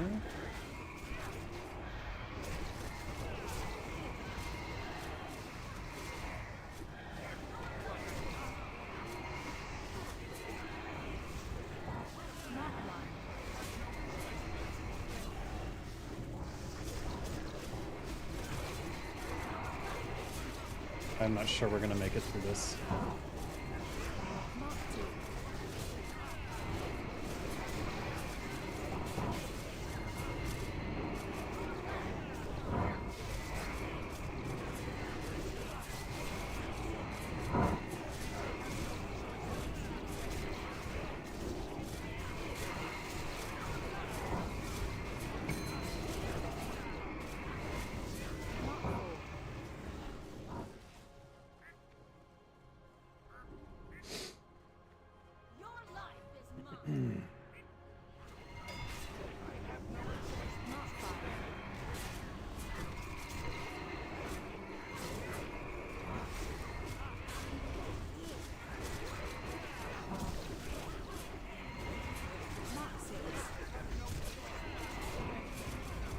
Two marks.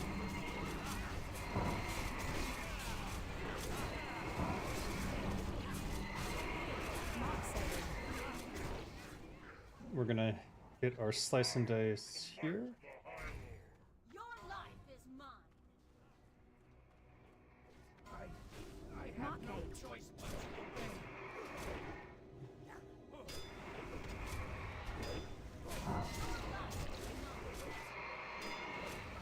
Got one more.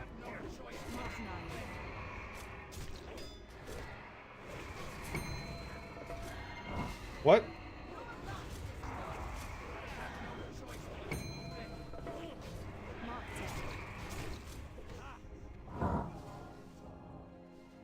Ah! I want to go right through the middle if I can. I have no choice but to And- obey.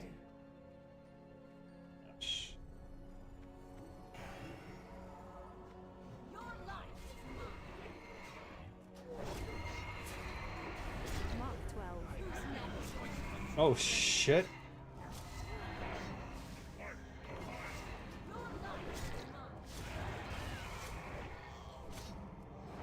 Mark 1.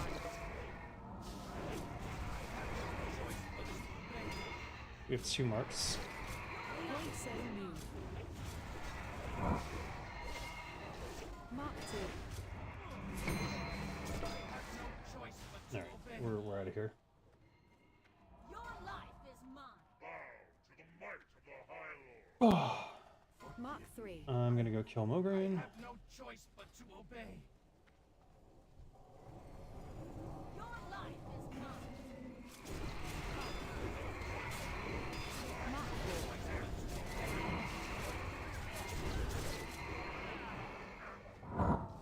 Your life is mine. I still have Have no 4. choice but to obey. Mark 5. I'm gonna wait here. Your life is mine. Oh, we could go to Ziliak, but someone's already there. There's too many people. Can't go that way. Your life is mine. I have no choice but to obey. Mark 7. Waiting for Ziliak's spot. Shame. I have no choice but to obey. Mark 8.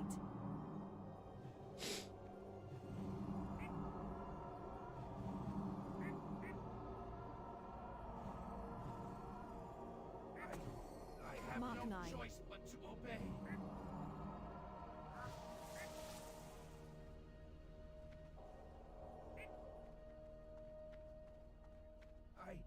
I have no Zen going in, Zen going in. obey.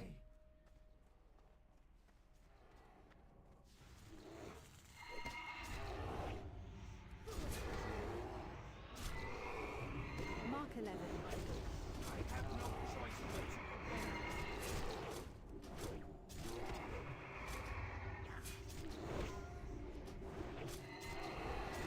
Mark 12. I have no choice but to obey.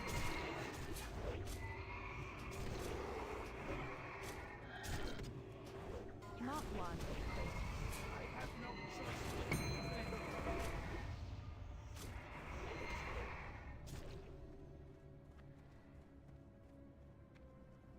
Mark 2. Ooh. I have no choice but to obey. What killed me there? It was the marks. Mark 3. Oh, it was the Mograine mark. I All right. have Well, no that makes choice but sense. to obey. All right. Only 4 votes?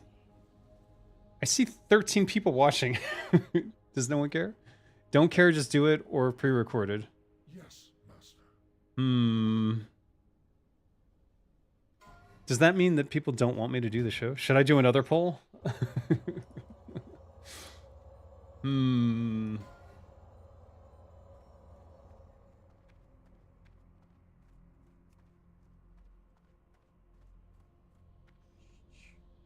Soul String. 1% crit, 18 attack power. You want both? Oh, you want me to go live? Okay. Live into a pre-recorded. Okay. I could try that. Actually, I mean, I would probably do it monthly then. Because of the editing work. Or it could go bi-weekly if it becomes popular in that case.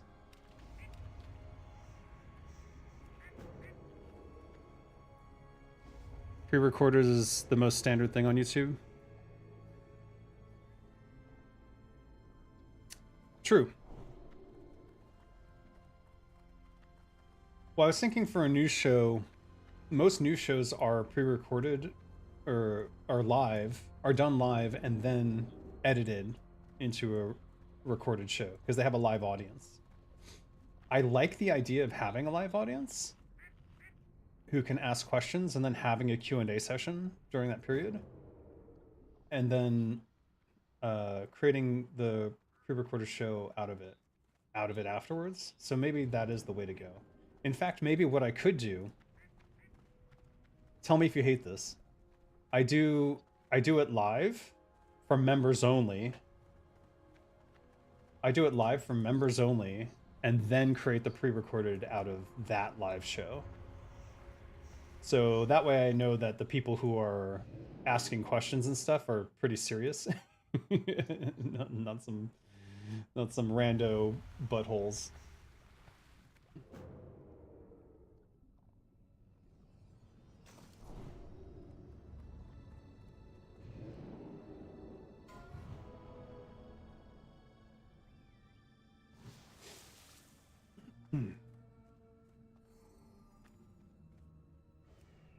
No. You can't pickpocket them. They're evading. Alright. What is the timer? Oh.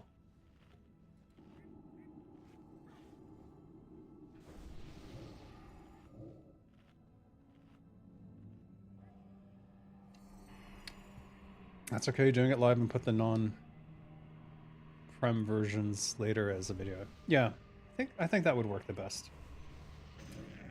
It makes the most sense for me to do it that way, because I kind of want to do it live. I think I'm better doing it live than I am doing it pre-recorded anyways. There's a certain energy to it. Though if I do it members only, then maybe there's not much of an audience.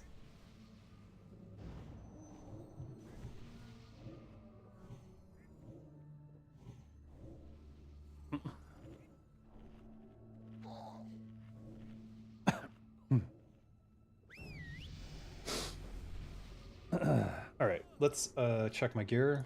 Badge we want, because we're going to kill him as fast as possible.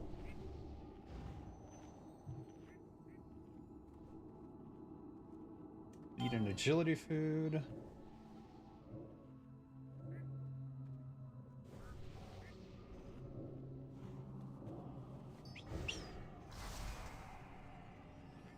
There are ads here, so you want the superior defense. And I do the regen one here.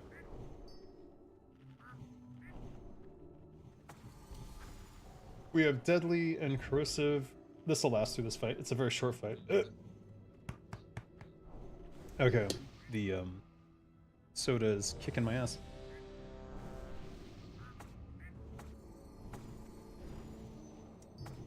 And we will get... we'll just stick to the firewater. Having the range of being slightly larger actually helps here a lot. If I had an enlarged potion on me, I might have grabbed that too.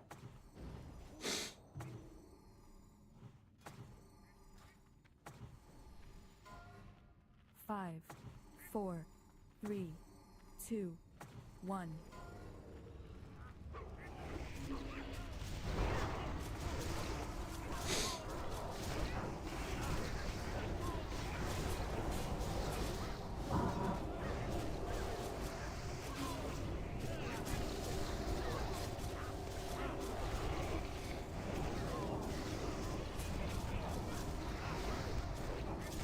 Whoops.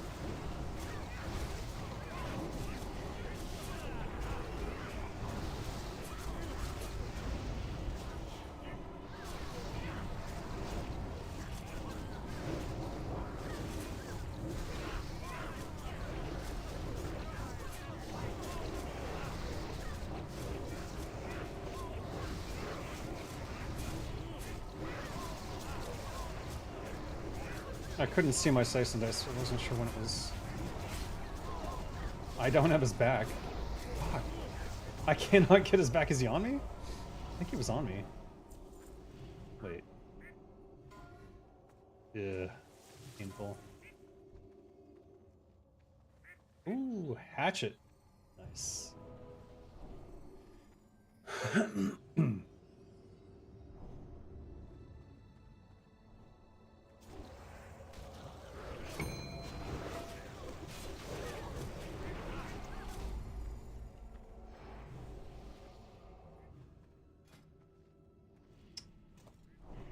We'll switch to Mark of the Champion. Actually, no. We'll go Slayer's Crest.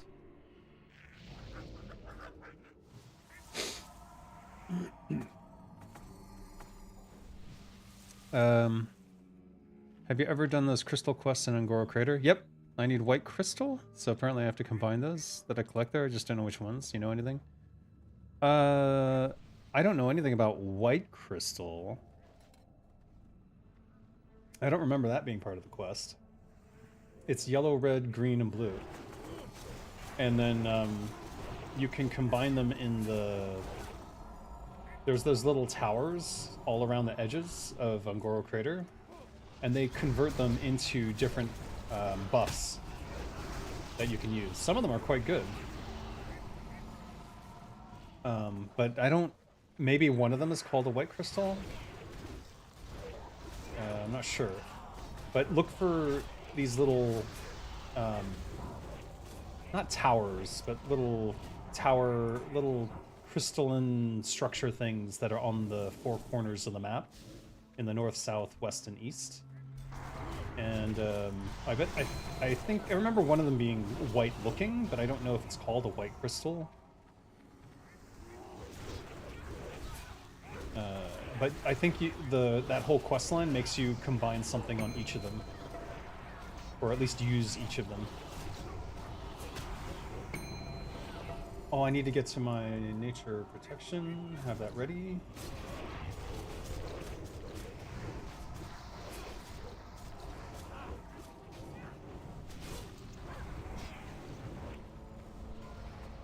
I don't need to do that. So.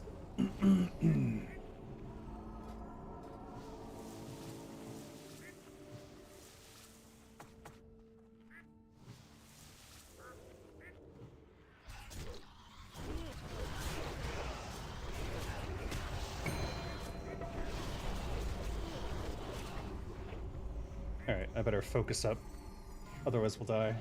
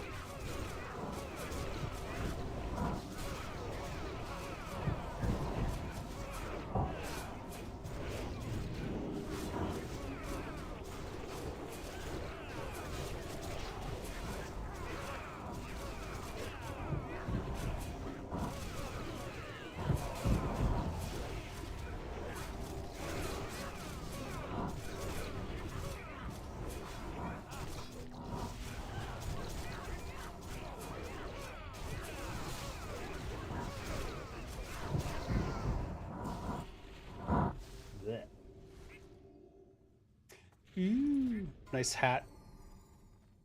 I already have it though. Halloween only.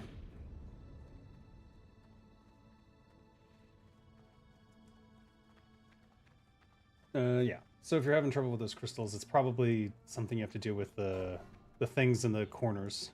Not corners, but the north, south, east, and west. They're up on the cliffs, so you have to kind of look up. If you're just running around the edges, you won't see them.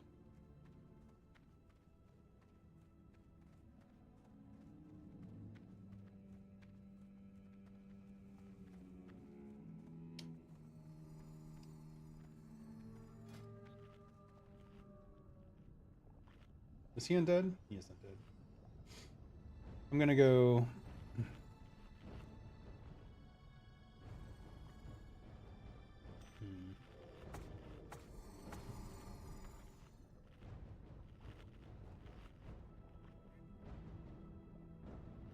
I don't want to try this.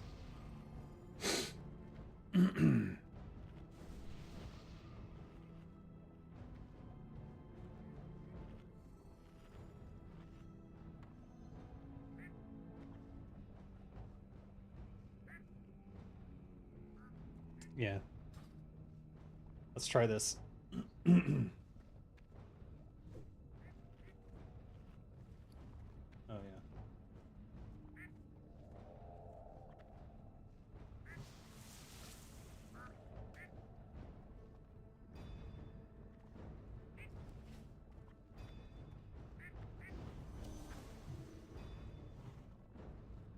Bah.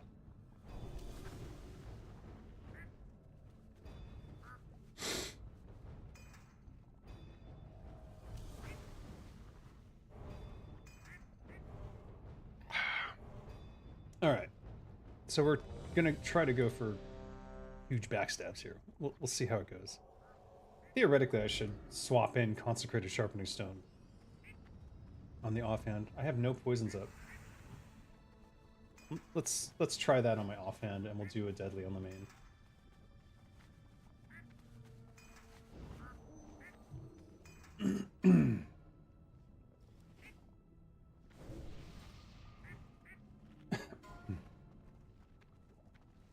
What?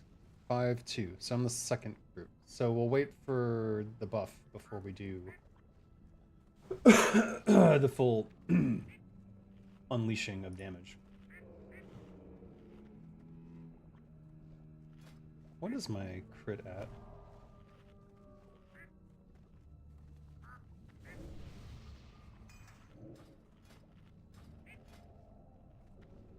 Hmm.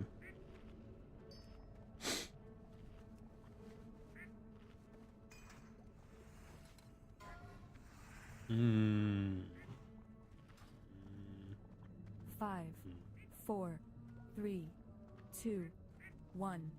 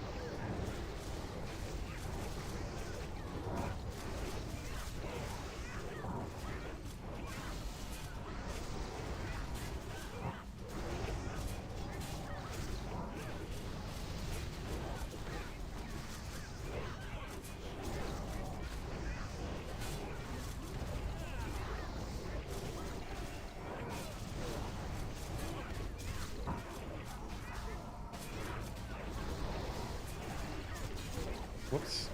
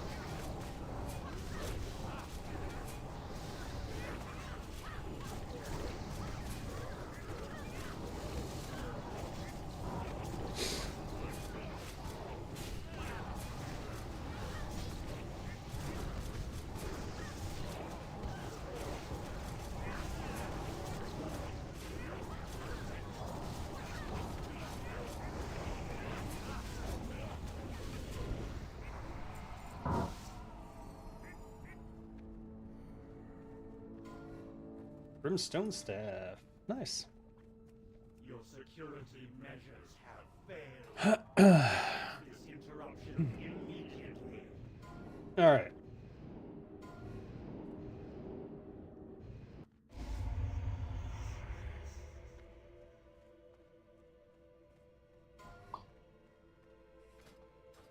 I kind of want to check my backstabs on that.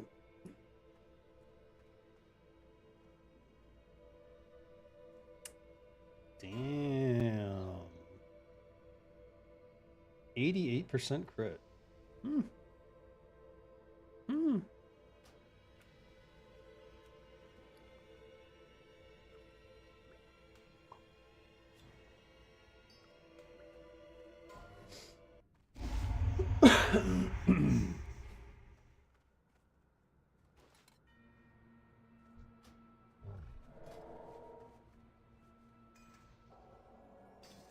Frost resist.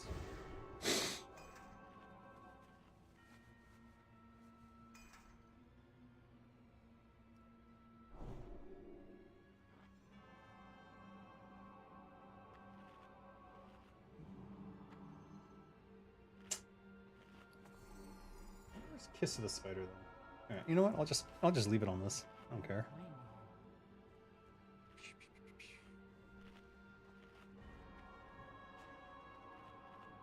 Here. 300 frost resist is probably too much, but that's fine.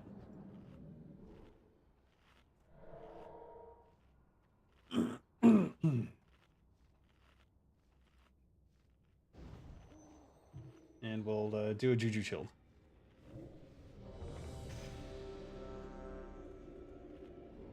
Are we ready? Of course we are.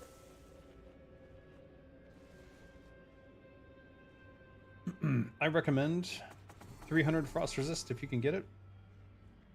Don't sacrifice too much. All of my frost resist gear is like plus 25 plus 50 here. So I'm not losing that much DPS. It is unfortunate that all the tricksters is on the slots with the polar. But either way, it is an endurance test, and unless your healing is like ridiculous, you will lose that endurance test if you don't wear enough frost resist.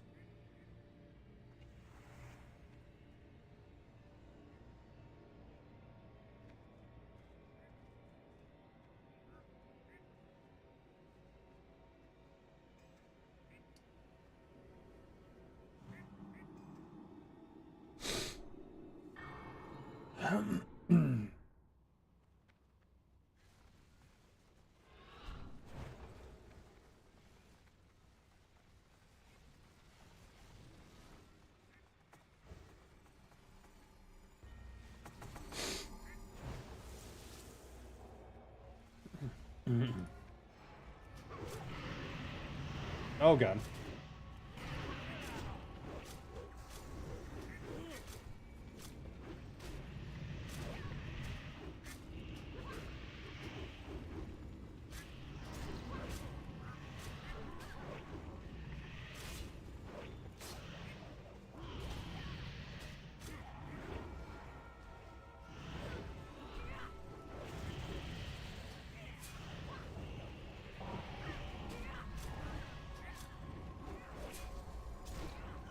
Okay, it's not turning right into us. Oh, another one coming at us.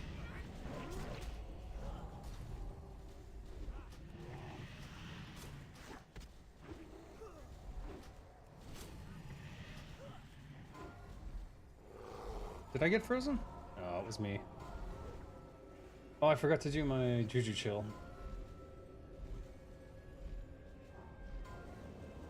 Beware.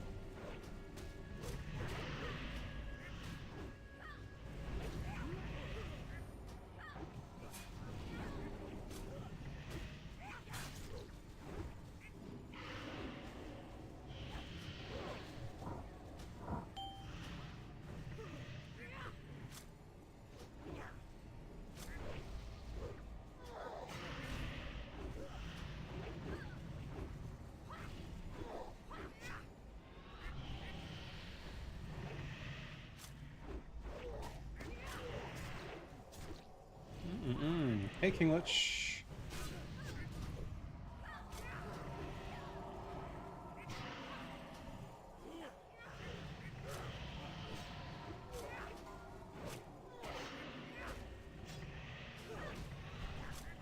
Whenever I get that chunk of lag, I'm afraid I'm dead already. Might be in a second here. Easy peasy.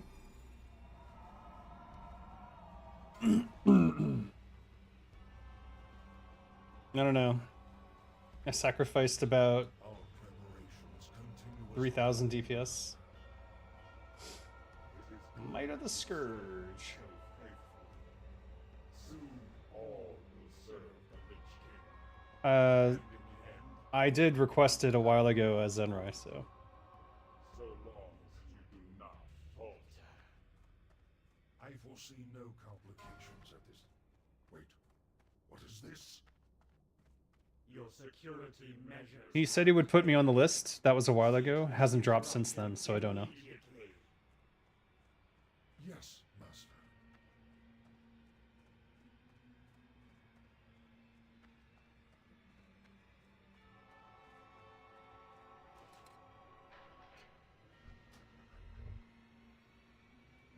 Yeah.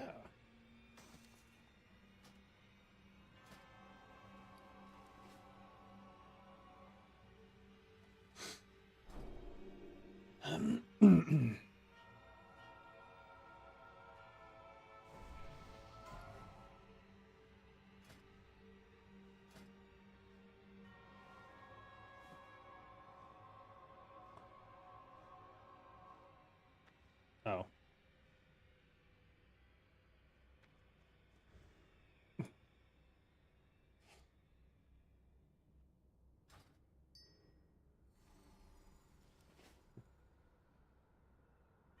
There we go. 26 attack power and 1% crit strike on Trickster's Pauldrons. GG. That slot is done. At least until the next raid comes out.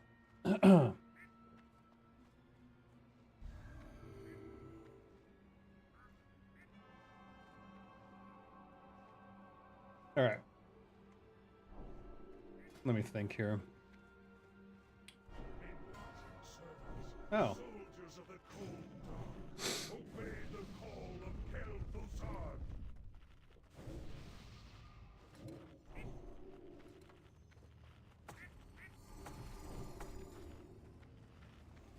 Oh boy.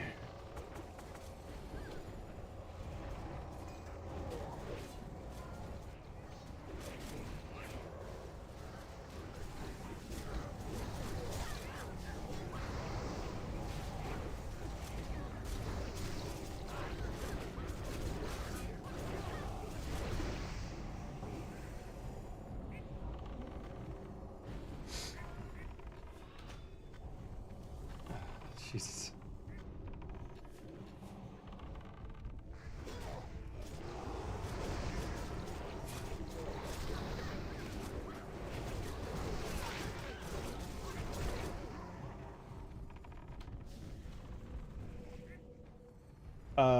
That completely threw me off, so I'm gonna do this and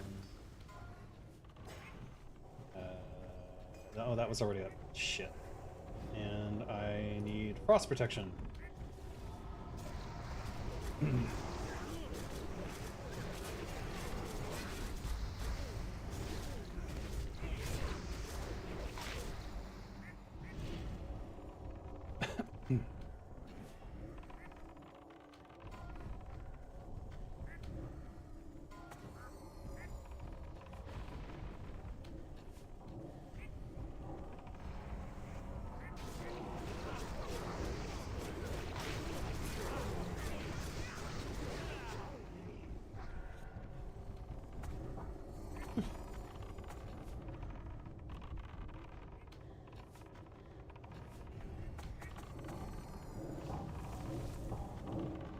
So apparently it was a hunter pet that aggroed that entire section.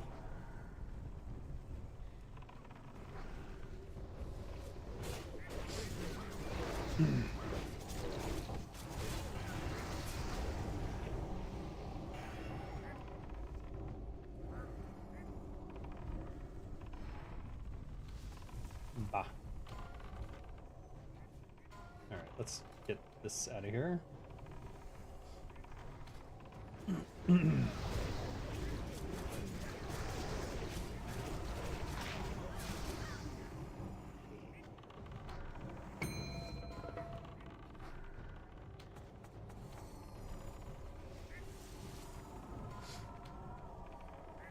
Something aggroed on me. I'm pretty sure it was the skeleton we just killed.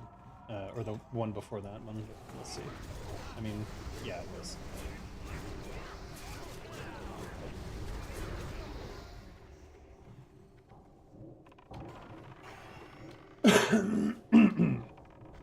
It just shows that even if you pull a whole section, they just spawn new ones there anyways, so it doesn't matter.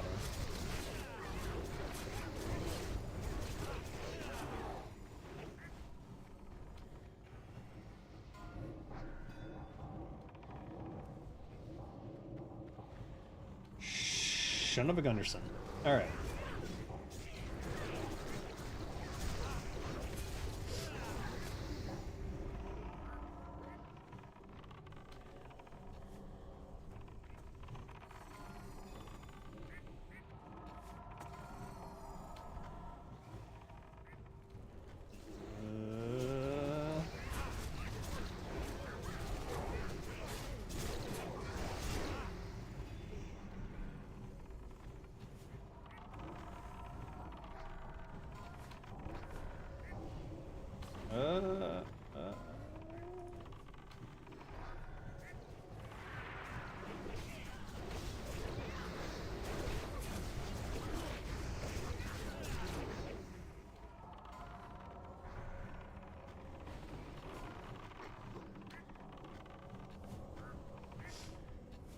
Someone clicked that.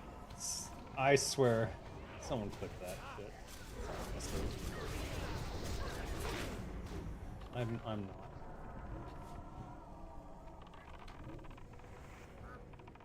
Did someone click the stick?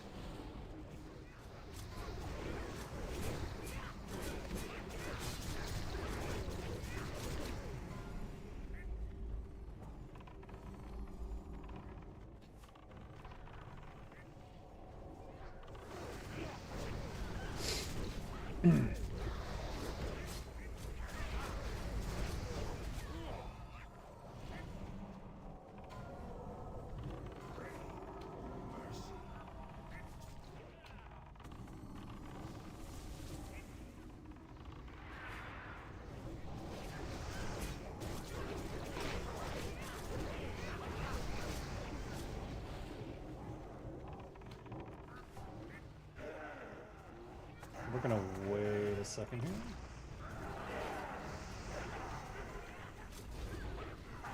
Alright, here we go. Shadow Fisher. I almost walked into it.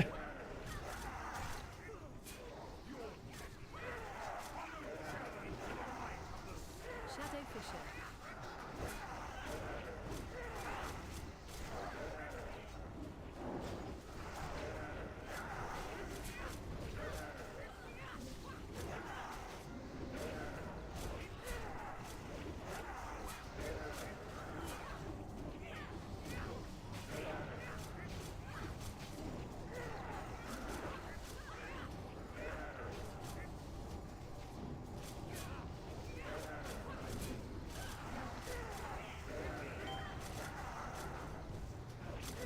Mind control.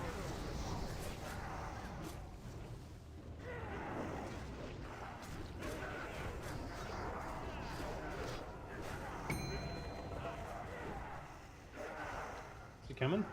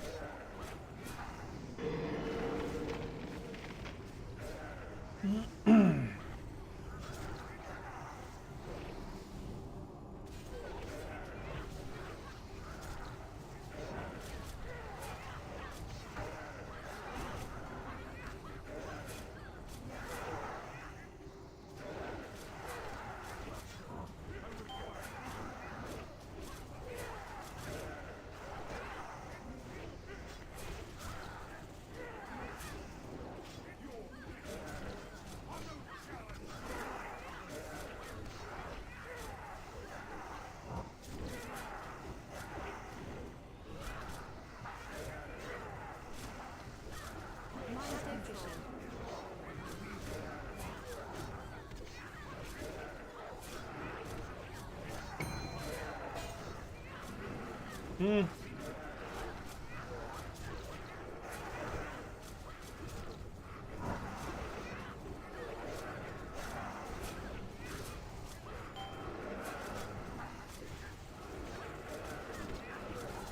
Shadow Fisher.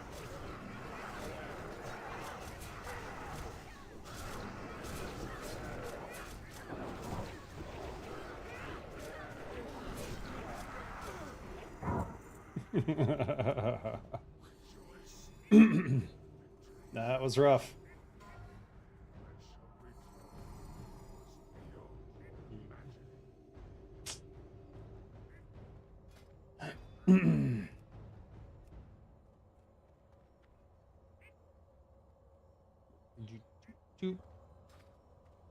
I've already got Gressel, so yeah.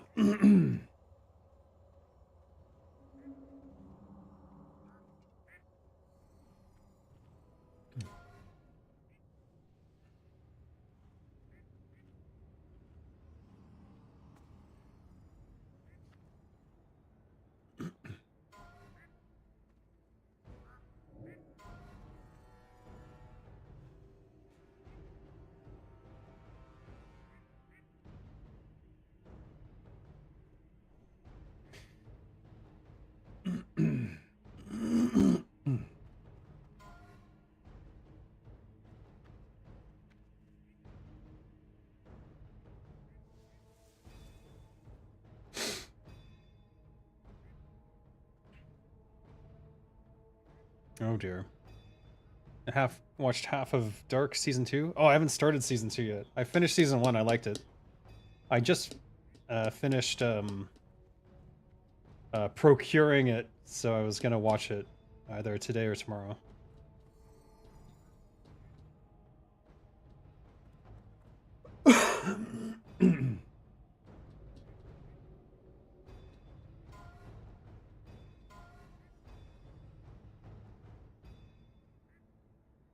Two. Well.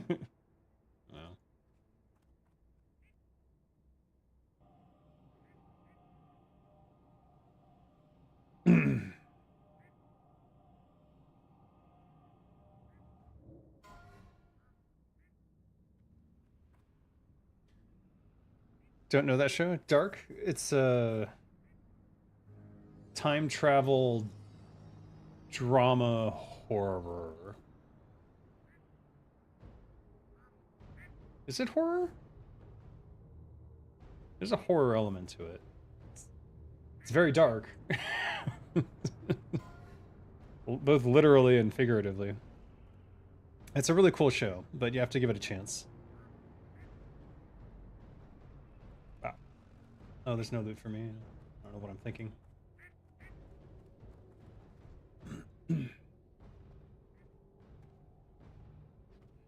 Let's check out logs. If they get dropped. Where's the logs? Show me the logs. Show me the logs. When logs? EWL. No logs yet. Soon. And as a note, if you ever watch a past episode, I think at least for the last month or so, I've been adding the logs to them. Here they are.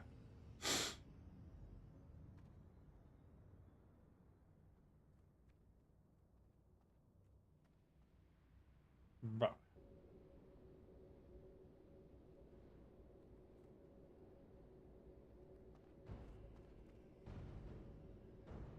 Alright. I expect to be pretty low on these logs. Oh, I'm second place. Despite my massive face plants on 2 of the major boss fights, including Patchwork, where I usually get to shine, I'm second place. You have some minor gripes about it, especially the music sequences, which work 10% of the time, and also a little more bloated than it can be. But super great other than that. Yeah. And you hated it after the first episode. You didn't even want to watch it after that, which is interesting. What eventually hooked you? Like, when did it grab you? Because for me, I was the characterizations kind of grabbed me from the start. But I have to say, I was not enjoying it. Initially, I was watching it in dubbed English, and I'm like, don't I? This is not the. It's not in English. It's not originally English. I'm like, oh wait, this is a German show. I switched the soundtrack to the audio track to German, and did English subtitles, and it 100% improved it for me. So I would suggest. This is just me personally, though. I would suggest watching it in the original German with subtitles for your native language. I think that helped a lot. Sorry, wait, what was I doing? I was gonna show you the logs. Let's show you the logs.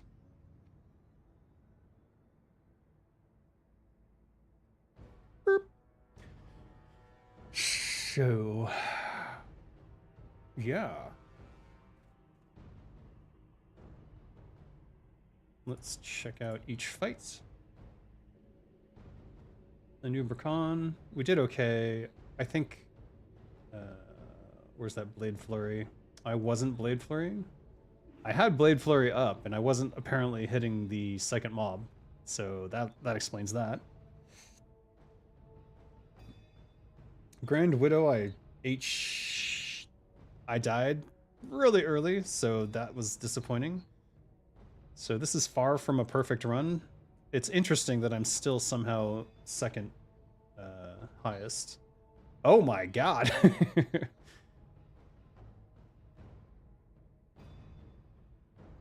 Patchwork, I also face planted. And yeah, that's what a faceplant looks like. Lost over 100k DPS potential there. And then on Grobulus.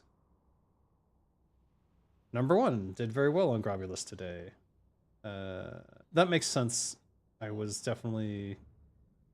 For some reason, all my trinket swaps worked out quite well today.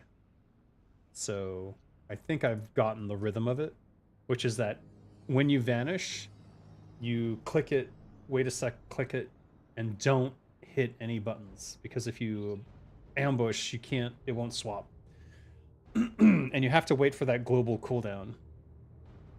You hated it for being almost 0% about time travel for the first episode. I felt you were being triggered when you seen the hook the first episode of how much nothing it was. The show is 100% about time travel. I think that they try to ease into it just because time travel is a difficult concept to wrap your head around. Alright, so Zenrai, third place on... This is what? Thaddeus. Okay. Could have done better there, but there's a lot of luck involved.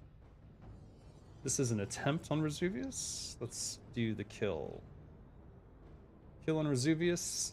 I almost out DPS the Death Knight. Probably could have, but I held back a little bit at the start.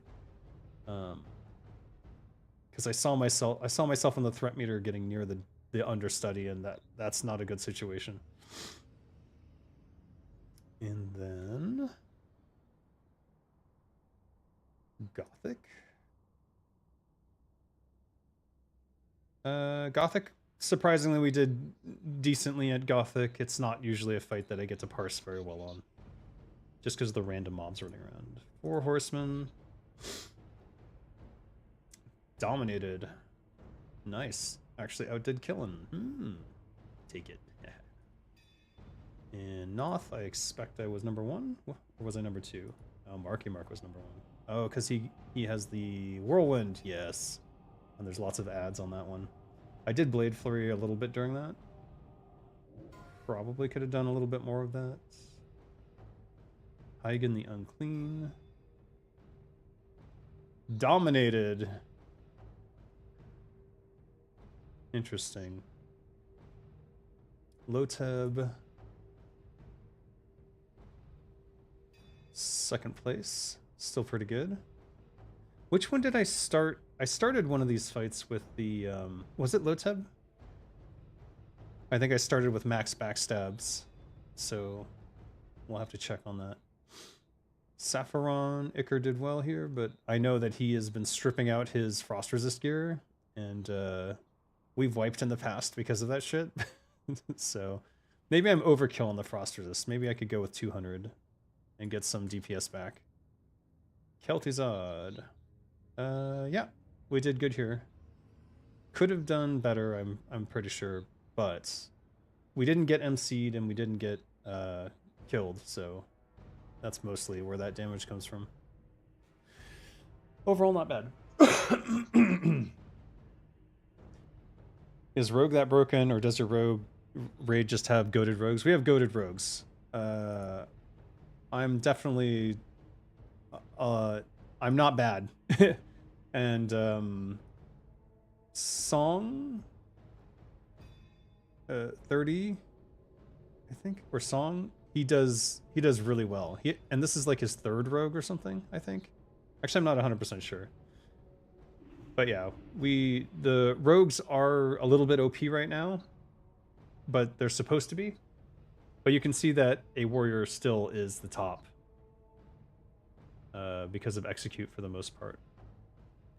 You can see execute did 200k there compared to, say, eviscerate at 130k. But yeah. I would say that given that I face planted on 2 of these things,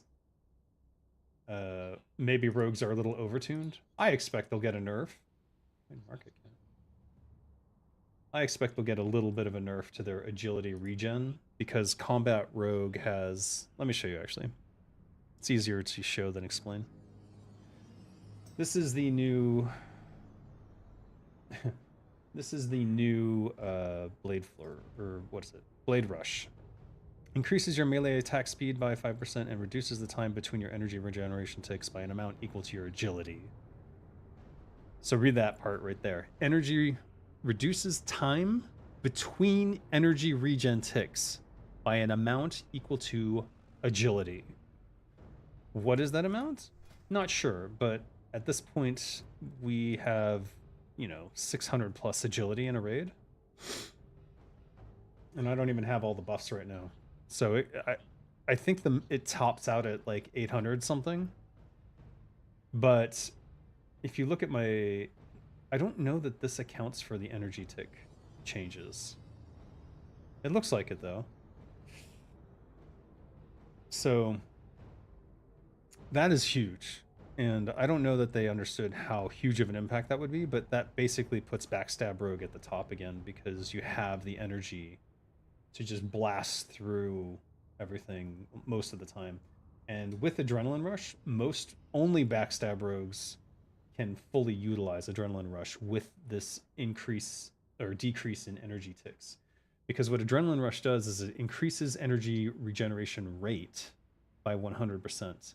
By rate, it means the amount you get. So you're getting double ticks, and you're getting double ticks at a faster rate because of Blade Rush, and you're able to absolutely dump backstab after backstab without any concern. And that is why I've been able to top DPS on anything in the 3-minute range. So yeah. It's been good.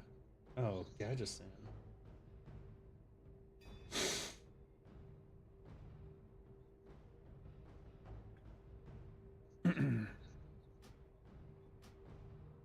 Alright, this raid doesn't seem to be doing anything. I'm not sure what this raid's doing. How did you like how the S1 ending being literally Stalker Roadside Picnic?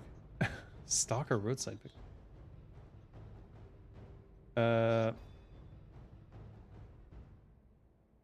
Yeah, I guess it was, huh? Well, I knew that one older character walking around was definitely that kid. I knew that it was him, but it was interesting. It was interesting how they played that out.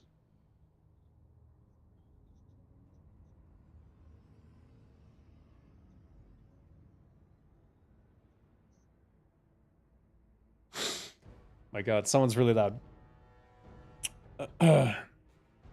This time I appreciated characters more as I was acclimatized to slow, measured 40-minute character drama like Breaking Bad and other stuff. Ah, okay. Yeah, maybe expectation matters a lot. But I really enjoyed the characters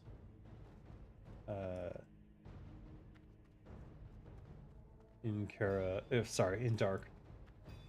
Can I get out of here? I guess the idea is that Naxx crashes because you killed him.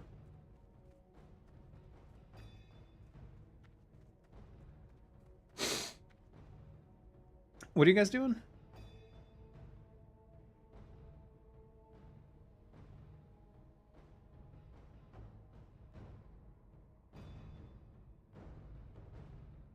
No, so not MC.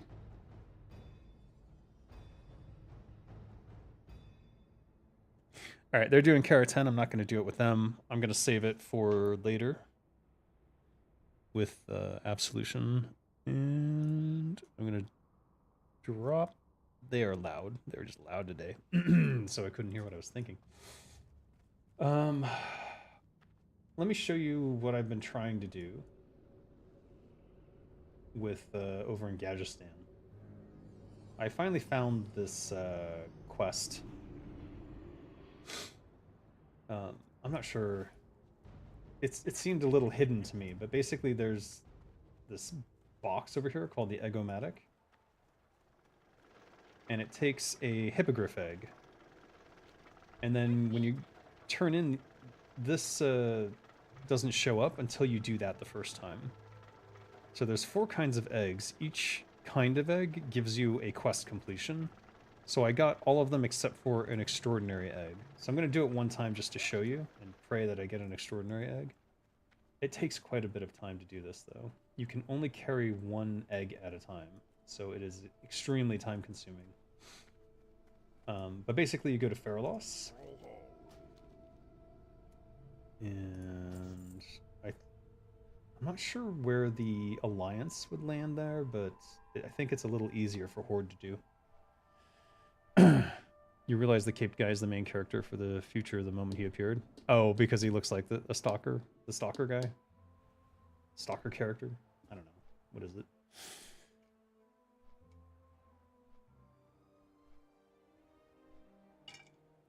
I don't know. It's a great show. I recommend watching Dark. I liked season 1. I haven't watched season 2 yet. But I'm looking forward to watching season 2 and season 3 shortly. So I got to get moving on this news show if I'm really going to do it. I don't want to... The reason that I want to do the new show is because I keep wanting to do the State of the Game Industry 2025, and then I keep realizing it's not enough. Like, every month something is happening. Usually I'll post about it in my Discord. If you're not in my Discord, that's something you might want to join if you're interested in like game dev news. It's usually it's every time it's layoffs though. So the state of the game industry is an absolute mess. No, he just looks very much like M's main character and talks like knows too much about him. Yeah, 100%. Yeah, no, they gave it away for sure, but I don't think they were trying to hide it. Though when they did reveal it, I was like, yeah, of course. Like, I'm surprised that the kid didn't know. Like, they tried to act like it was a surprise, but I mean, clearly, it was pretty obvious, I would think. But I would say they did a really good job with the 2 actors, like finding a character who looks like that character but older.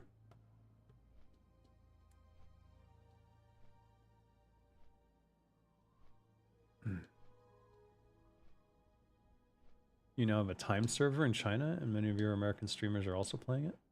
Oh, yeah, yeah. Time server.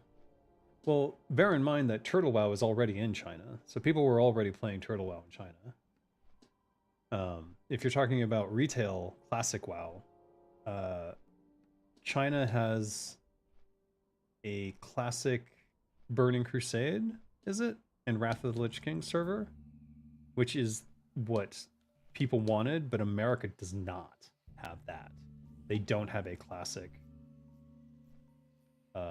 Burning Crusade or Wrath of the Lich King server. That's why Americans are jumping on the Chinese server and trying to play there rather than playing in the US, because the US doesn't have those servers. They give it to China first. Kind of weird. kind of weird. I don't know what the hell was behind that choice, but more power to China, I guess. All right, so in Fairloss, over here in the High Wilderness, there are some hippogriffs here. We're going to run all the way to them. I'm going to show you how annoying this thing is to do.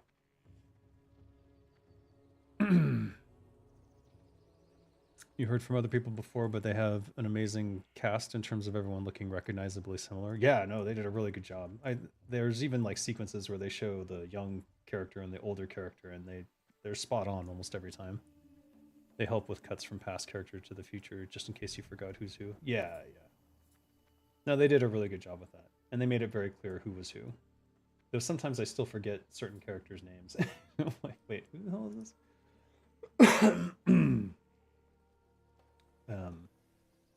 But that only matters when they're talking about a character who isn't there. Generally, when the characters themselves are there in the scene, I know who they are. But if they talk about someone, they mention a name, sometimes I forget who that character is supposed to be. But I'm curious. Well, I don't want to ruin anything. I heard one thing that was quite interesting, and that's what got me to watch the show. But I don't want to say what it is, because for me, as someone who studies screenplays and like reads scripts all the time, knowing the ending doesn't ruin anything for me. I already, like within the first 15 minutes of most movies these days, I already know what the ending is going to be, which is kind of sad. All right, once you get to this side of the High Wilderness, you run straight to the back. What is it? Southwest corner of the High Wilderness. Just ignore all these. They're all level 47, 44. They're not going to bother a level 60. Even if you run straight through them, they seem to ignore you. You're definitely going to want all of the accoutrements for mount speed movement. Yeah, I have thorium spurs, mount speed on my gloves, double mount speed 3% here. Is there anything, if you know of any other items that increase mount speed, let me know, because I would love to have one more.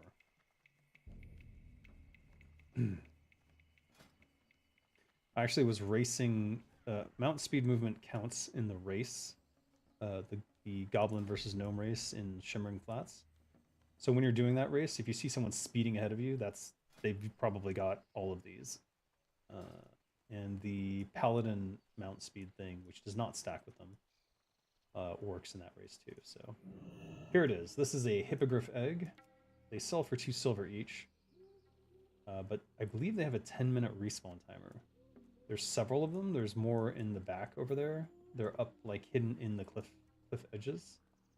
Once you've got that, in my case, I'm going to use the Time Worn Rune to get back to the Caverns of Time. But you could run back and take the Flying Mount back to Gadgetzan. But your goal is to get back to Gadgetzan, however you can accomplish that. That's why my Hearthstone was set there, initially. But if you use the Caverns of Time, you can get this mount, 3, 2, 1. Wait 3 seconds before you move, otherwise you sometimes get stuck. And then you just fly into Gadgetzan and you turn in this egg at the Eggomatic. And then you'll get a egg carton. Now the thing about the egg carton that is strange, well, let's see what happens when I get it. I don't want to ruin it. You're very backwards here with no YouTube open for World of Warcraft. We are on an internal local network and cannot play with people from all over the world. That's sad. Yeah, China was always very insular that way. When I lived in Shanghai, it was very difficult for me to work with companies outside of China. And I had to use a VPN to use Google and other things, which was very frustrating. Because it would periodically get slowed, even with the VPN. For you, if a thing's good enough, knowing the ending elevates everything else, but sometimes it's not really. Sometimes I want to be surprised, but it's very rare that a story can surprise me these days. So check this out. Super Eggomatic. You turn in the Hippogriff egg. You can only carry one at a time, so there's no point in running around trying to grab more. It's soulbound and unique. I tried putting it in my bank to get another one and stuff, but there's no way to do it. The only thing I could think of that I haven't tried is selling it and buying it back. Actually, that might be a way to get two. Oh. Okay, now I know what I'm gonna do. Alright, anyways, we're gonna turn in this egg. It gives you an egg crate. So what's in the egg crate? Let's see. An ordinary egg. Sad. But yesterday when I was doing it, one of the... I don't remember if it was the egg crate or something else, but it gave me a Wirt's leg. So there's some of these things can give you extra stuff. This one gives you a box of rations. The box of rations just has moonberry juice and moon harvest pumpkin. Sometimes it has like another food. And each one of these, the first time you do it, gives you a quest completion. So the only one left is Extraordinary Egg. And now that I realized I can potentially sell those eggs, I can potentially carry way more of them than I was thinking. So let's go do this again. But I did this for 6 hours yesterday, just going back and forth, trying to get the Extraordinary Egg so I could consider this Dunzo. And no luck. So now I have to fly all the way back to Camp Majachi. It takes almost 4 minutes, I think. Which is why I have my Hearthstone there, and I use the Time Worn Rune to get back and forth. The Time Worn Rune you can use every 20 minutes. So you can see that it's already got 3 minutes on it from just... Well, I was futzing around a little bit, but... this will come up 3 more times before we get another hearth back to Gajestan. But now that I think I can cheese it with the bot, which you can't do in retail. Well, I guess you could. Well, let's see if it works. Because theoretically, I can get all the Griffin eggs or Hippogriff eggs and sell them to the bot, and then one by one buy them back, as long as I don't sell a bunch of other stuff. That would be a good cheese. Oh. Arg. Now, normally when I'm flying back and forth, I'll go over on my spreadsheet over here and just get some writing done. Right now, I'm writing weather reports for Malik's gnomes.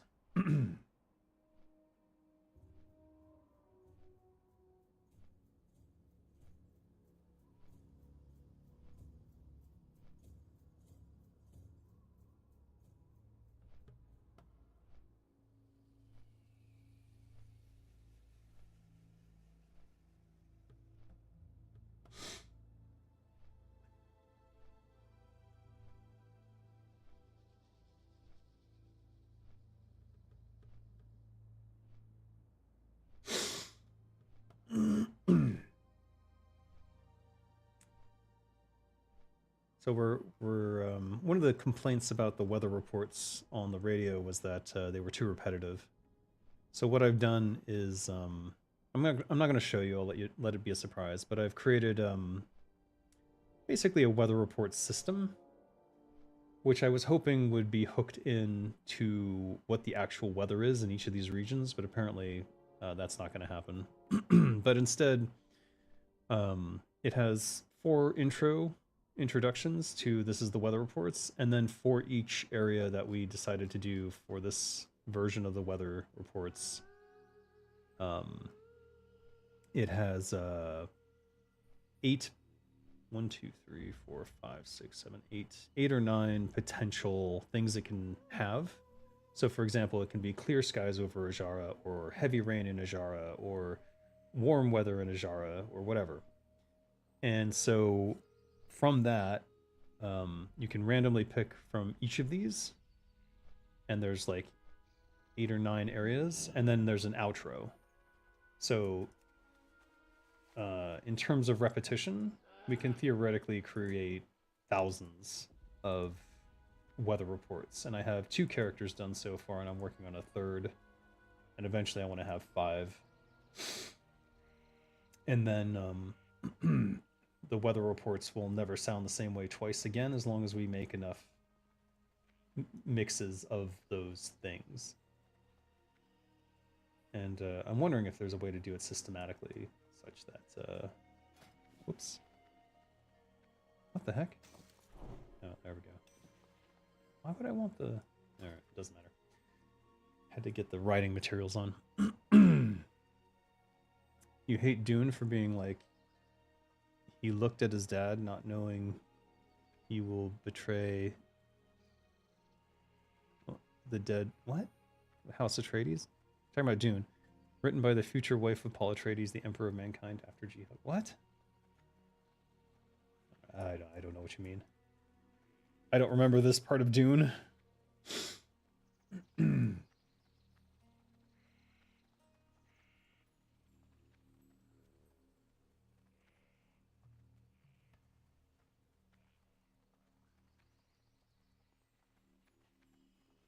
Well, I don't know.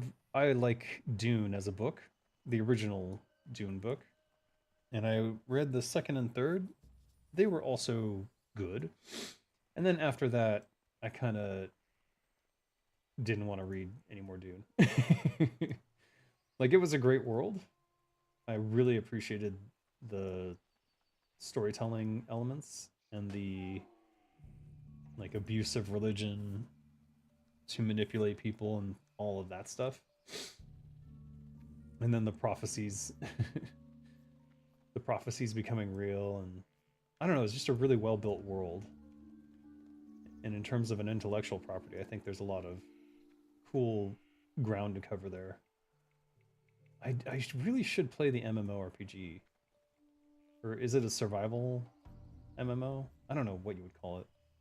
I feel like it is an MMORPG, but maybe it's a survival MMO.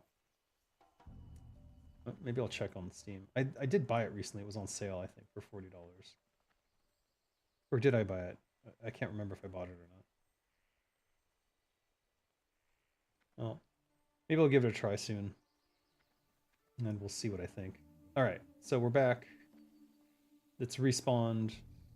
Let me see if I can find all the other locations. Because what I'm going to do now is grab the egg. And then... Oops. Hey, what? Hey, stop. Come here, you. Sell the egg. Put that up there.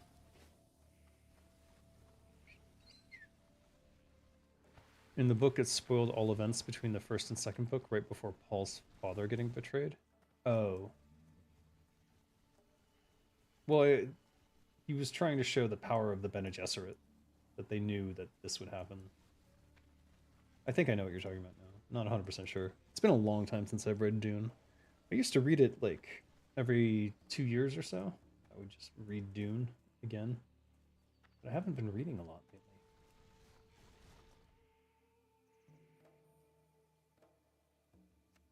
But I don't know. I fondly remember Dune. Alright, so now we have 2 hippogriff eggs. And I know there's more. Just not sure how to get to them. I've only messed with these 2.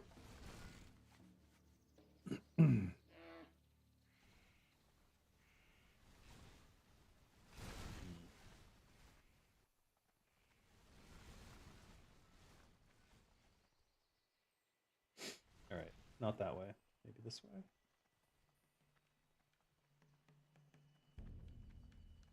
Oh.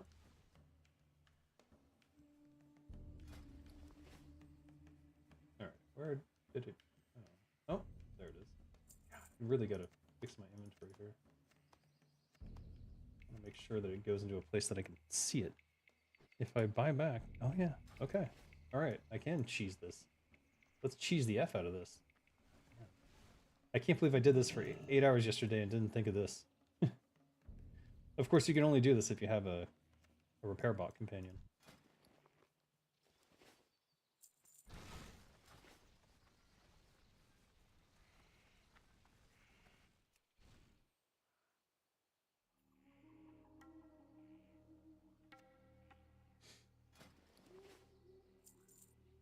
How many buyback slots do we have? Yeah, okay. Okay. Maybe I'll hang out till I get all of them then. I'll just fill my buyback slots and then which maybe we won't even have to wait. Look how many hippogriff eggs there are. I had no idea there were so many. I've only looked at those first two because every time I come back, it's like a 10-minute spawn timer.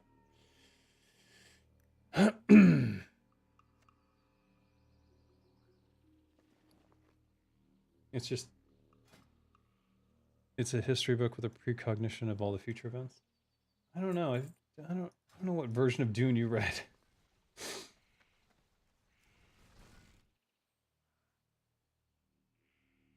I wonder if something got lost in translation. Did you read it in English? Probably not.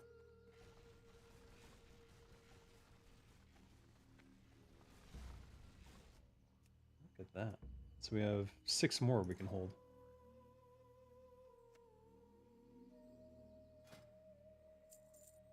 Why didn't I think of this yesterday? Do you know how much time I would have saved? Oh my god.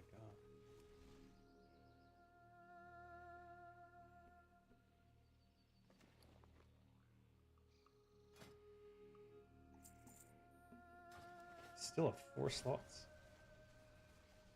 What a cheese. Alright, is there any more hippogriff eggs? I don't actually know.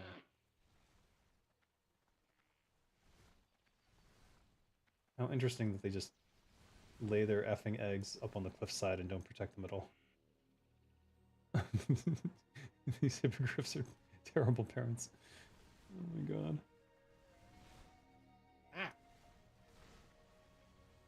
Because the Princess in the Future wrote it? Yeah. I think I know what you're saying, but I don't remember it giving it away like that. So I'm not sure if you read like in a different version of Dune. But I think knowing that he's gonna die and all that doesn't necessarily ruin anything, because just makes it more tragic that it was fated. But that's one of the themes of the book, is like fate versus, what an interesting. You could put something here like a goblin telescope. Put some quest here. I don't know. I have the itch to make quests and like fill out some of these blank spaces. I would like to do that. I don't think I'll get the opportunity to do that, but I would like to do that. How long do things stay in buyback? It's permanent until, I believe it's permanent.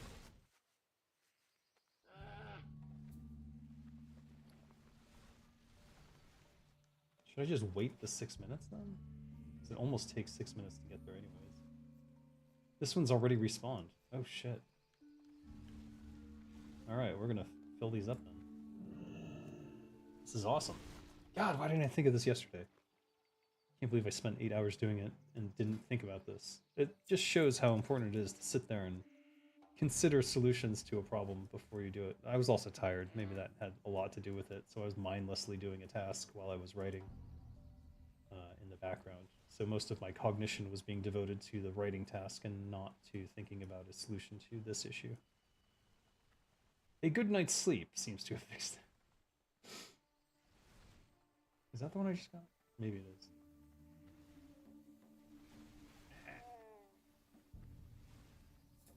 I don't think it is. You read the audiobook? Thus every in-universe side note was voiced referencing the future was voiced in the sequence. Interesting. You rage quitted when it repeated in the second book? Yeah, that's not... So here's the problem with that. Those are not in the original. The side notes are not in the original. I would recommend reading OG Dune. Alright, we've got 2 more. And then we can grab a third in my inventory. No? Okay. Was it this way? It was this way. The spawn timer is less than 10 minutes, that's for sure. It's 10 minutes in WoW Classic. I think they increased the spawn timer or didn't set them to 10 minutes. These seem to be 2-minute or 5-minute timers.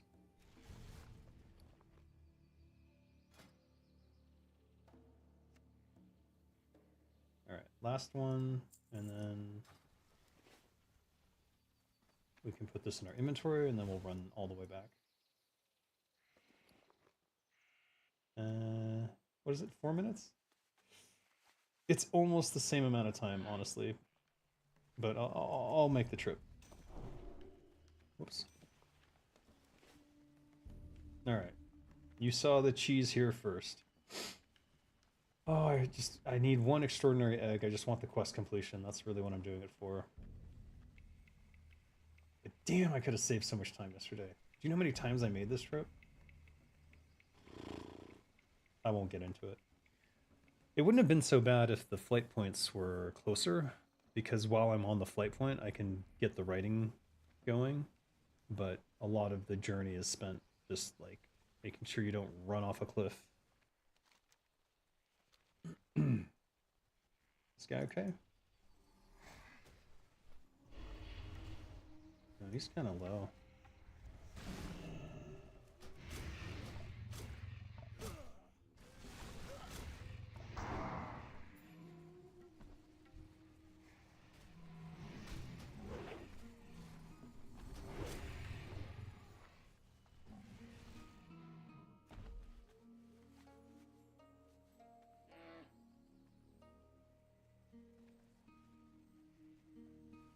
He was probably fine. He's a warlock, he can just siphon the health back.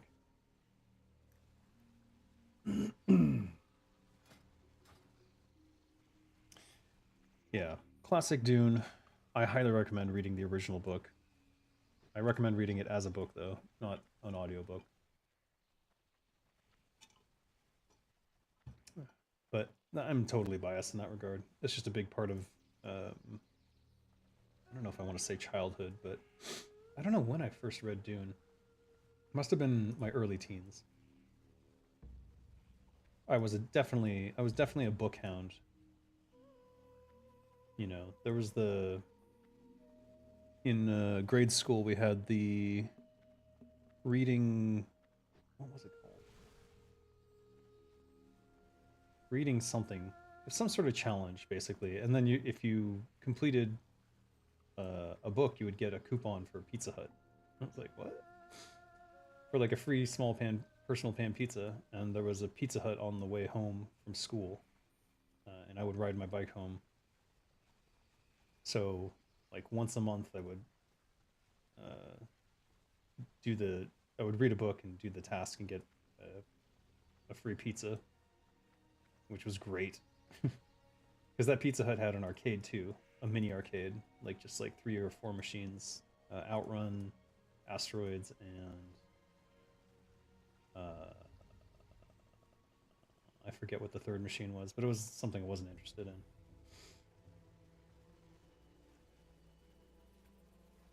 Oh, and then they got the bike, the motorcycle one, which was like basically Outrun again, but on a motorcycle that you could sit on. And it would lean. You had to lean. That one was interesting. All right, back to Gajestan. Timer's up on this. So maybe I'll do this trip one more time.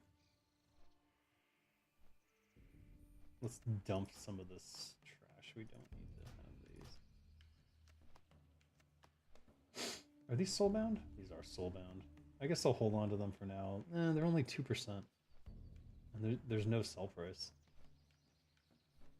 15 stamina and spirit really doesn't matter to me. And 2% is too low. It's too slow. These 5% ones I'll keep.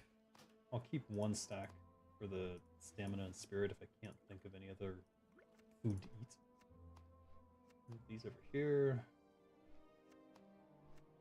Like that. All right.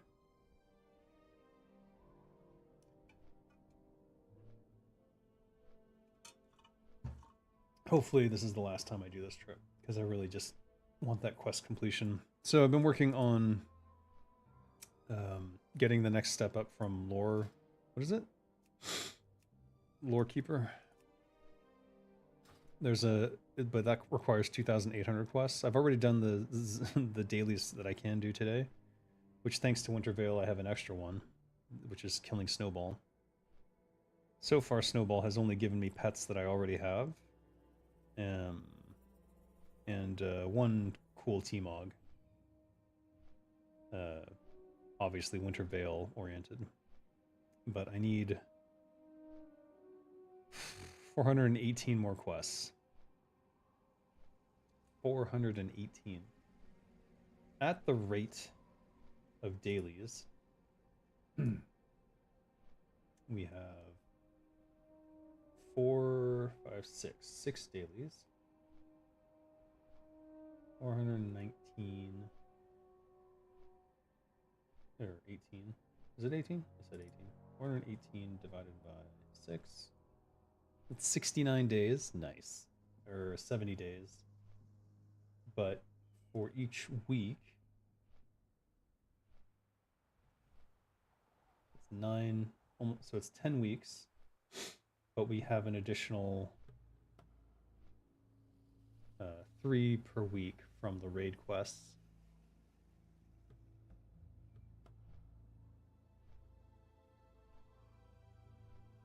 Which would be 30.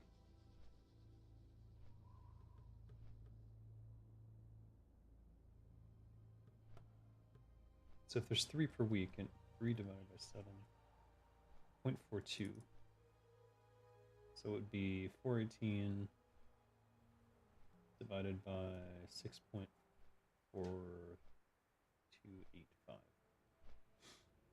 65 days.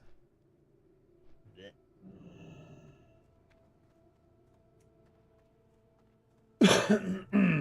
Still a long way to go. I did see one horde person get the next one up. So it is possible for horde to do. It's just way harder than it is for...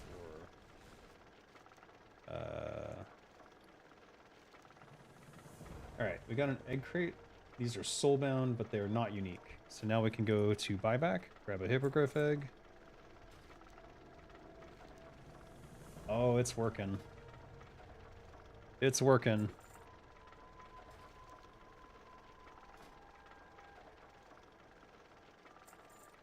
I'm loving it.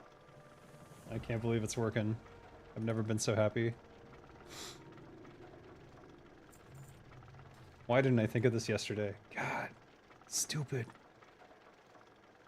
This would have saved me hours of my time. Alright, well, it just shows that you gotta work smarter, not harder, right?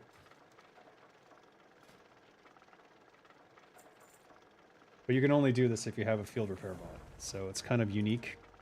And any quest that has unique items like this that you can sell, which I question whether these should be saleable or not. Alright, let's start opening these. So these egg crates, ordinary egg. Oh, these are unique. Okay, hold on.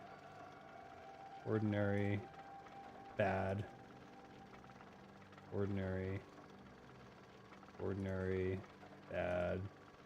Extraordinary! Oh, there it is. Finally. Okay. I'm fucking done with this bullshit. We'll turn in these, I guess. Wait. The box of rations looks exactly like the egg crate. That's not great. Alright, let's turn in the bad egg. Alright, so I got the extraordinary egg. Hopefully that will give me the last quest completion. Very well then. And then I'll open a bunch of these boxes of rations.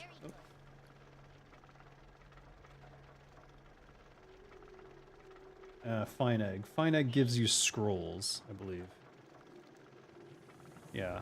It gives you a box of spells. And inside is usually scrolls. So this here, ordinary egg, turn that in.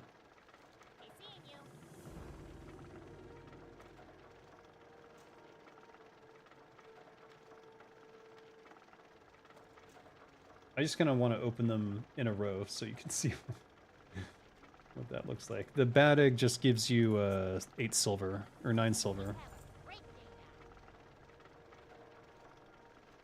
Fine egg.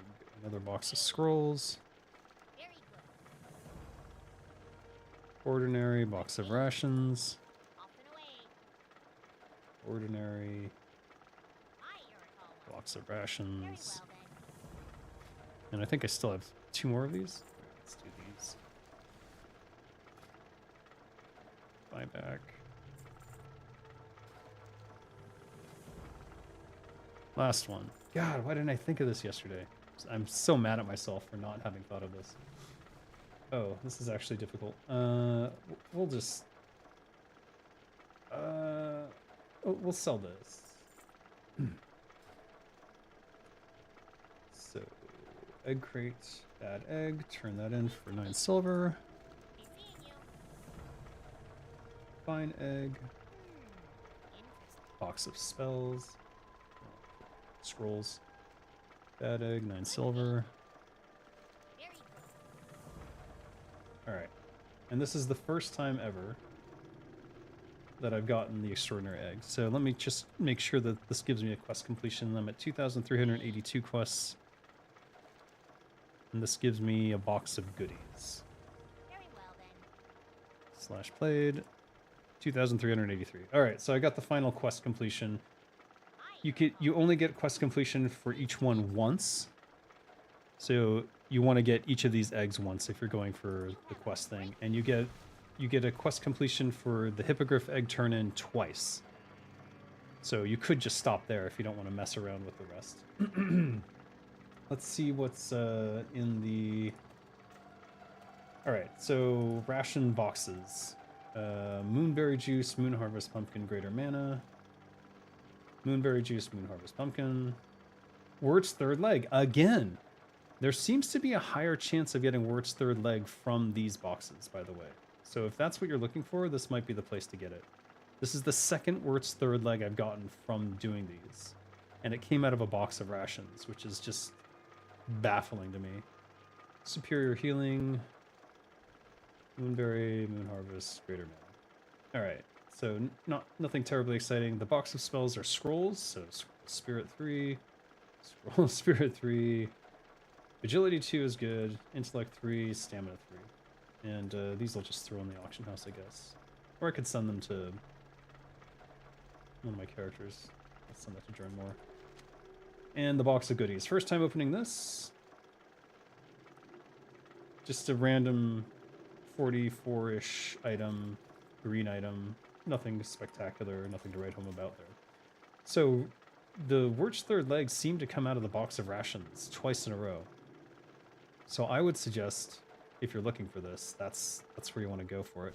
Right now in the auction house, I saw that it was going for quite a bit of money. I have one already up at like 500 gold. Let me see what others are selling it for less than 200. They're stupid.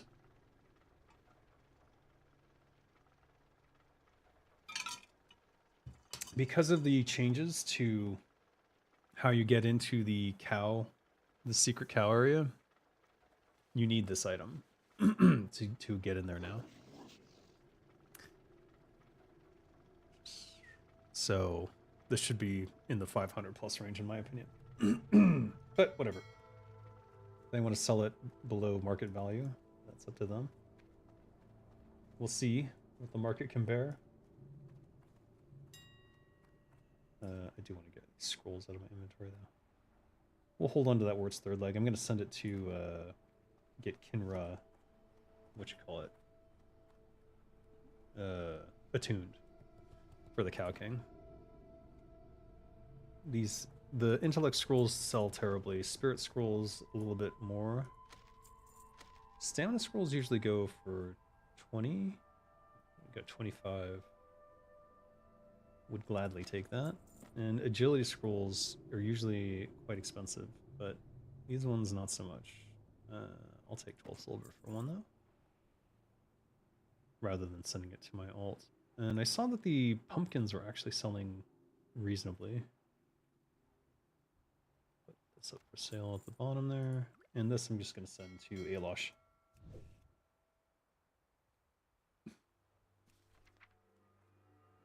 Ah, my empowering herbal salad sold. That's great. Great news.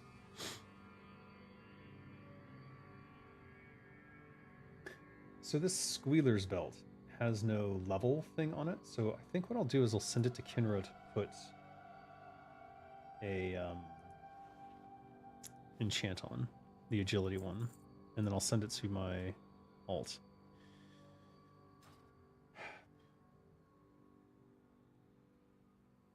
And then this should go to Alosh to disenchant.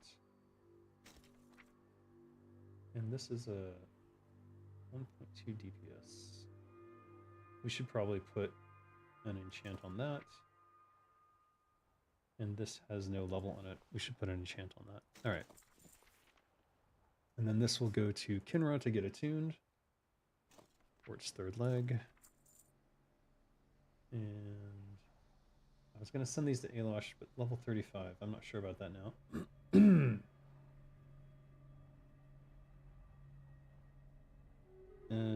That's fine.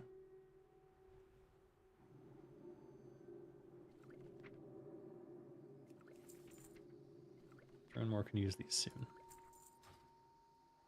All right. I'll throw up a portal to Orgrimmar and go back to do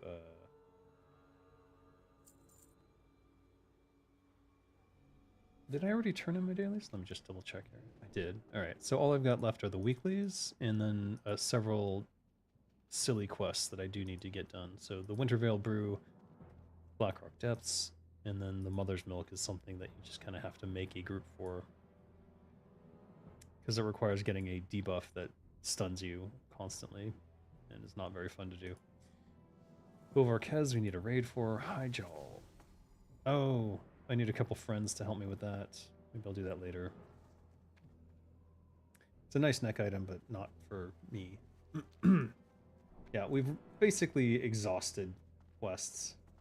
I'll do one turn-in of, since the gingerbread cookies didn't sell, I'll do a Great Father turn-in.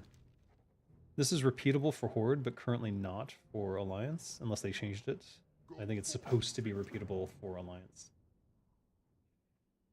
This does not give you a quest completion after the first time. In the Smokywood Pastures gift pack, you can get a lot of things. Usually it's low-level materials like copper bars or light leather, so it's not super great unless you are leveling leveling a profession and you need a bunch of this stuff.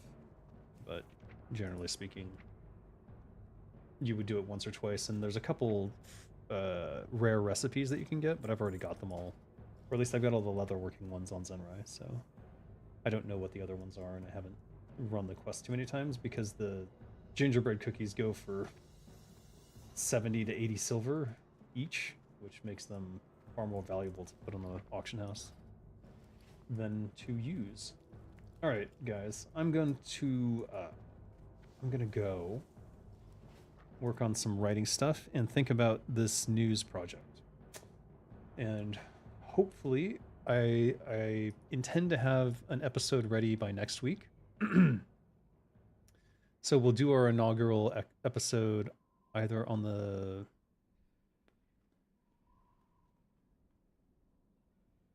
I think it has to be on the weekend. Probably a Sunday. So maybe the 21st would be the best time. And that'll be Christmas week, so everyone will be home, and if you're interested, you can watch. Yeah. Well, we'll see how it goes. Thanks for joining me for Naxx. Hope it was interesting. If anything, it was probably more comedic than anything else. But hopefully next week's Naxx will go smoother. Something was just off today, but we did eventually get it down, and we one-shotted several of the last bosses, which are typically the more difficult ones, so who knows what was going on.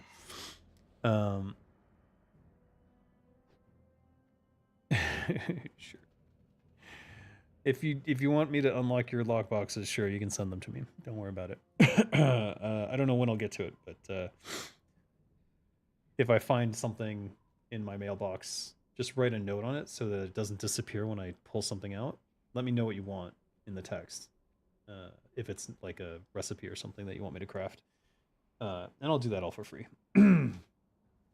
Looking forward to the recorded one. Well, we'll see. We'll see what I do. I think what I'll do is a members only live broadcast, and then I'll edit that into the pre-recorded news show. We'll see. Because then I can redub things or revoice things or make notes on it. Anyways, I am off for now. See you guys next time. Thanks for joining me. Designer Dave out.